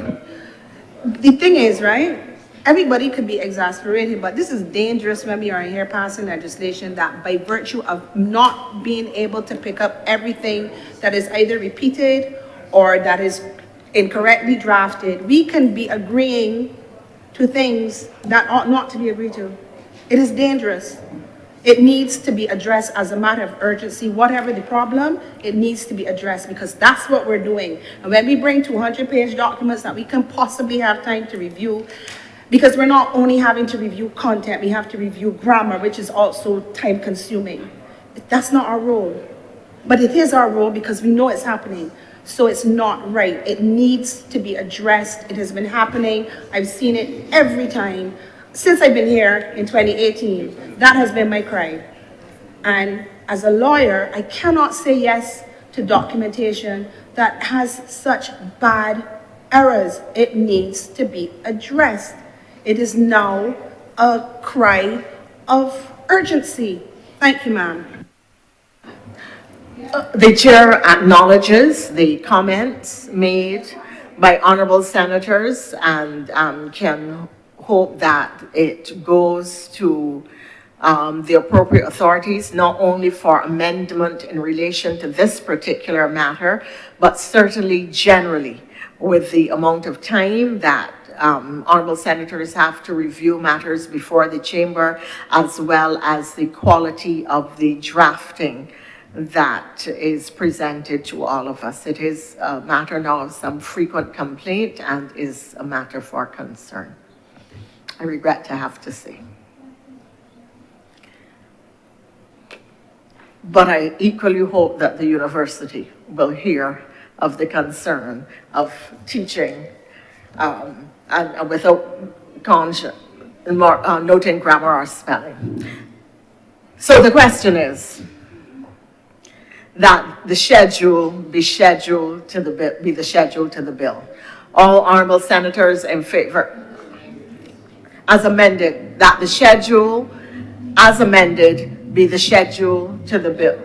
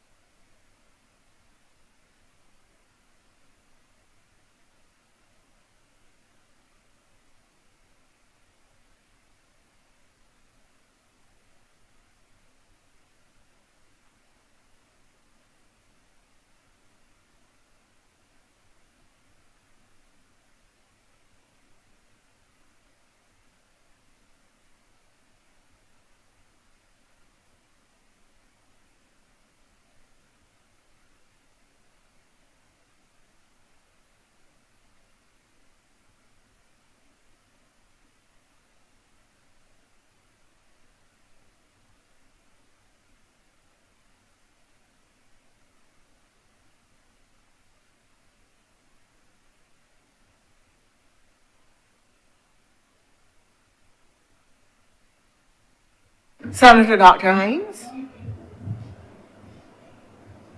Oh, I got that. Madam Chair, I just had a question before we vote on this, which is, this legislation is already being amended, would this be a matter for consideration for amendment here? The legislation is already being amended, so with the change of the title. So can we not amend this legislation right now by removing all of those unneeded paragraph and putting the space between may and be? Yes. But this is already being amended. The point I'm making is it is already being amended in any case. So Your point is taken, Senator Dr. Hines, and the amendments will be moved by Senator Dr. Chantal Monroe Knight.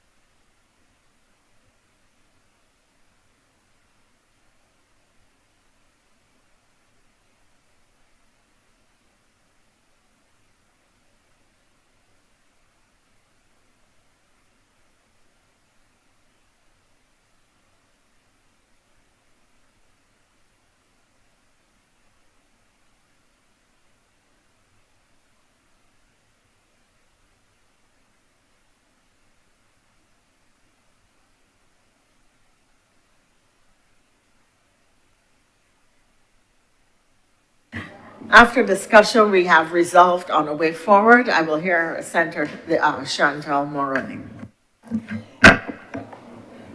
Madam Chair, I beg to move that the repetition at clause 9, wherever it appears, which reads, SECRIF means SECRIF SPC, formerly the Caribbean Catastrophe Risk Insurance Facility, or any successor thereof, with whom the government of Barbados has entered into the SECRIF policy, be deleted. Sorry, so this is 9, page 7, clause 9. But I'm also saying wherever it appears. Wherever it appears. Madam Chair, I do want to also note that while we can do amendments here, corrections, which would be like the one to the maybe, will then have to go to the Law Review Commission because that's a correction. We can do amendments, Madam Chair. So this is why I am moving the amendment in relation to the deletion of this repetition, because that is an amendment, Madam Chair.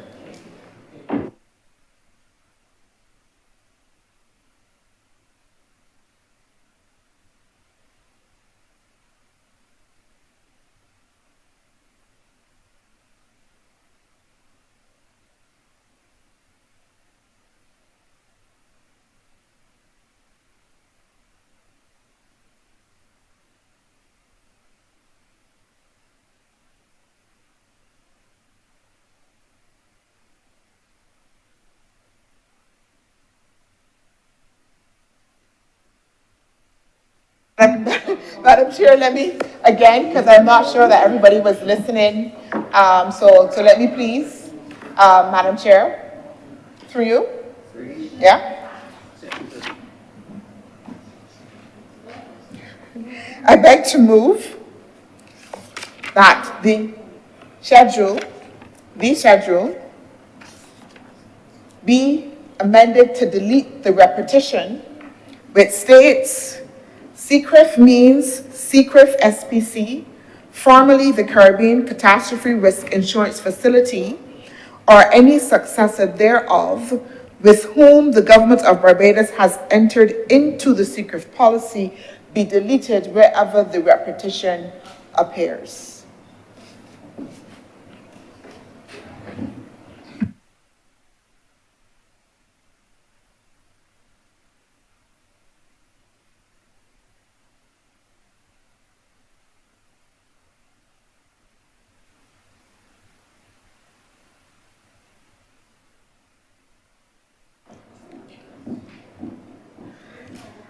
So the question is that the commitment is that those matters, like the maybe, would go to the law revision for correction, as indeed all corrections have to go to law revision. Amendments can be made by the chamber, and therefore it is being proposed that we delete all repetitions, such as that which occurs at the schedule, paragraph 9, clause 9, page 7.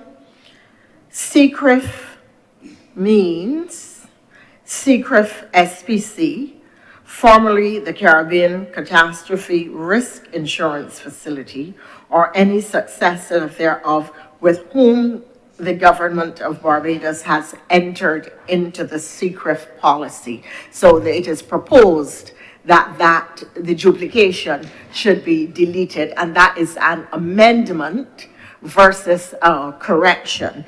But while corrections are being done, the law revision may want to look at the appropriate use of whom and which. All those honorable senators in favor, please say aye. Aye. And those against, please say no. The ayes have it.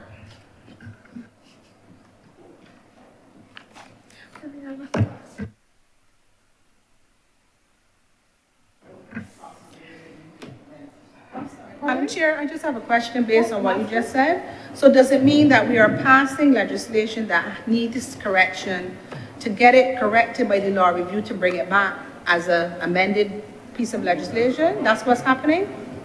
But the corrections have, if you're going to correct, you have to go to the lower house. If we're changing, it has to go back to the lower house. Okay. If the Senate, so essentially it is being returned, but where there are corrections, they do have to go to law revision.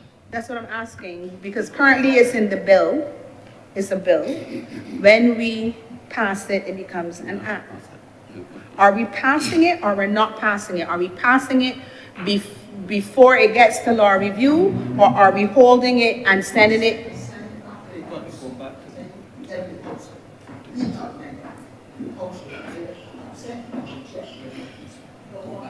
So I'm not talking about that, I'm talking about, just talk about law review. Wait.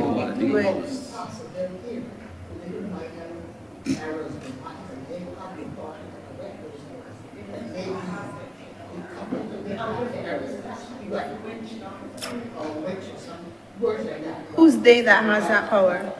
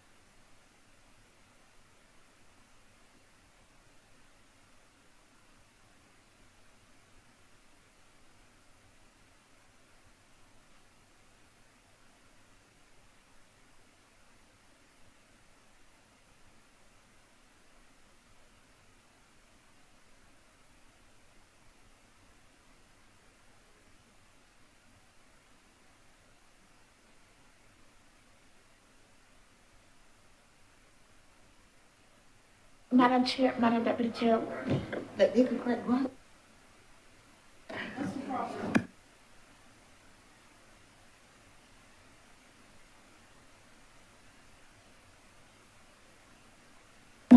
No, and if I don't understand, I will keep asking until I understand, Senator Monroe Nate.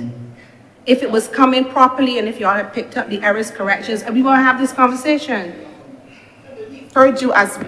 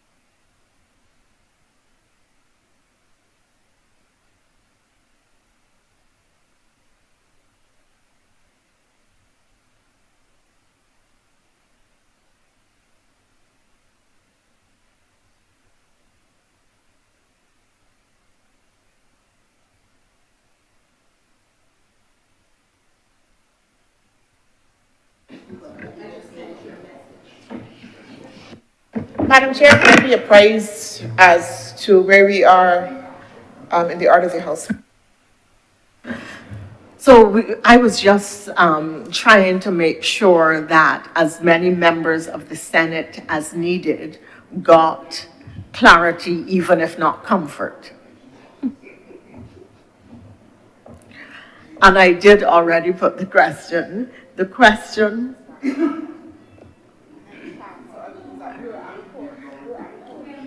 That report, can I? yes, Thank you very yes, much. please.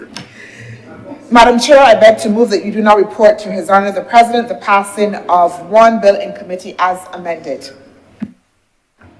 The question is that I now report to His Honor the President the passing of one bill in committee as amended. Will all honourable senators in favour please say aye? Aye. Those against, please say no. The ayes have it.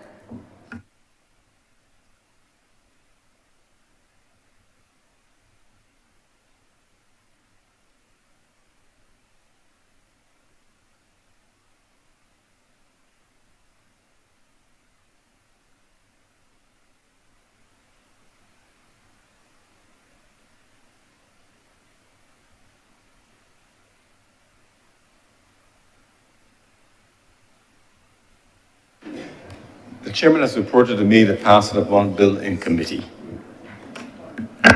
Mr. President, I beg to move that the bill be now read a third time. The question is that the bill be read a third time. Honourable senators in favour, please say aye. Aye. Those against, please say no. I think the ayes have it. Mr. President, I beg to move that the bill do now pass and be cited as the Natural Disaster and Pandemic Deferment of Payment Miscellaneous Provisions Act 2024. The question is that this bill do not pass as amended and be cited as the Natural Disaster and Pandemic Deferment of Payment Miscellaneous Provisions Act 2024. All honourable senators in favour, please say aye. Aye. Those against, please say no. I think the ayes have it. This bill is now passed and so cited.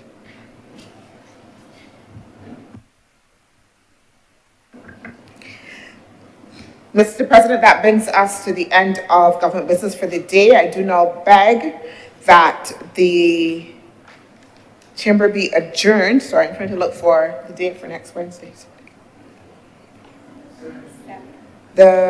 it the 7th? The 7th of February. Yes, Wednesday, Yeah. Good.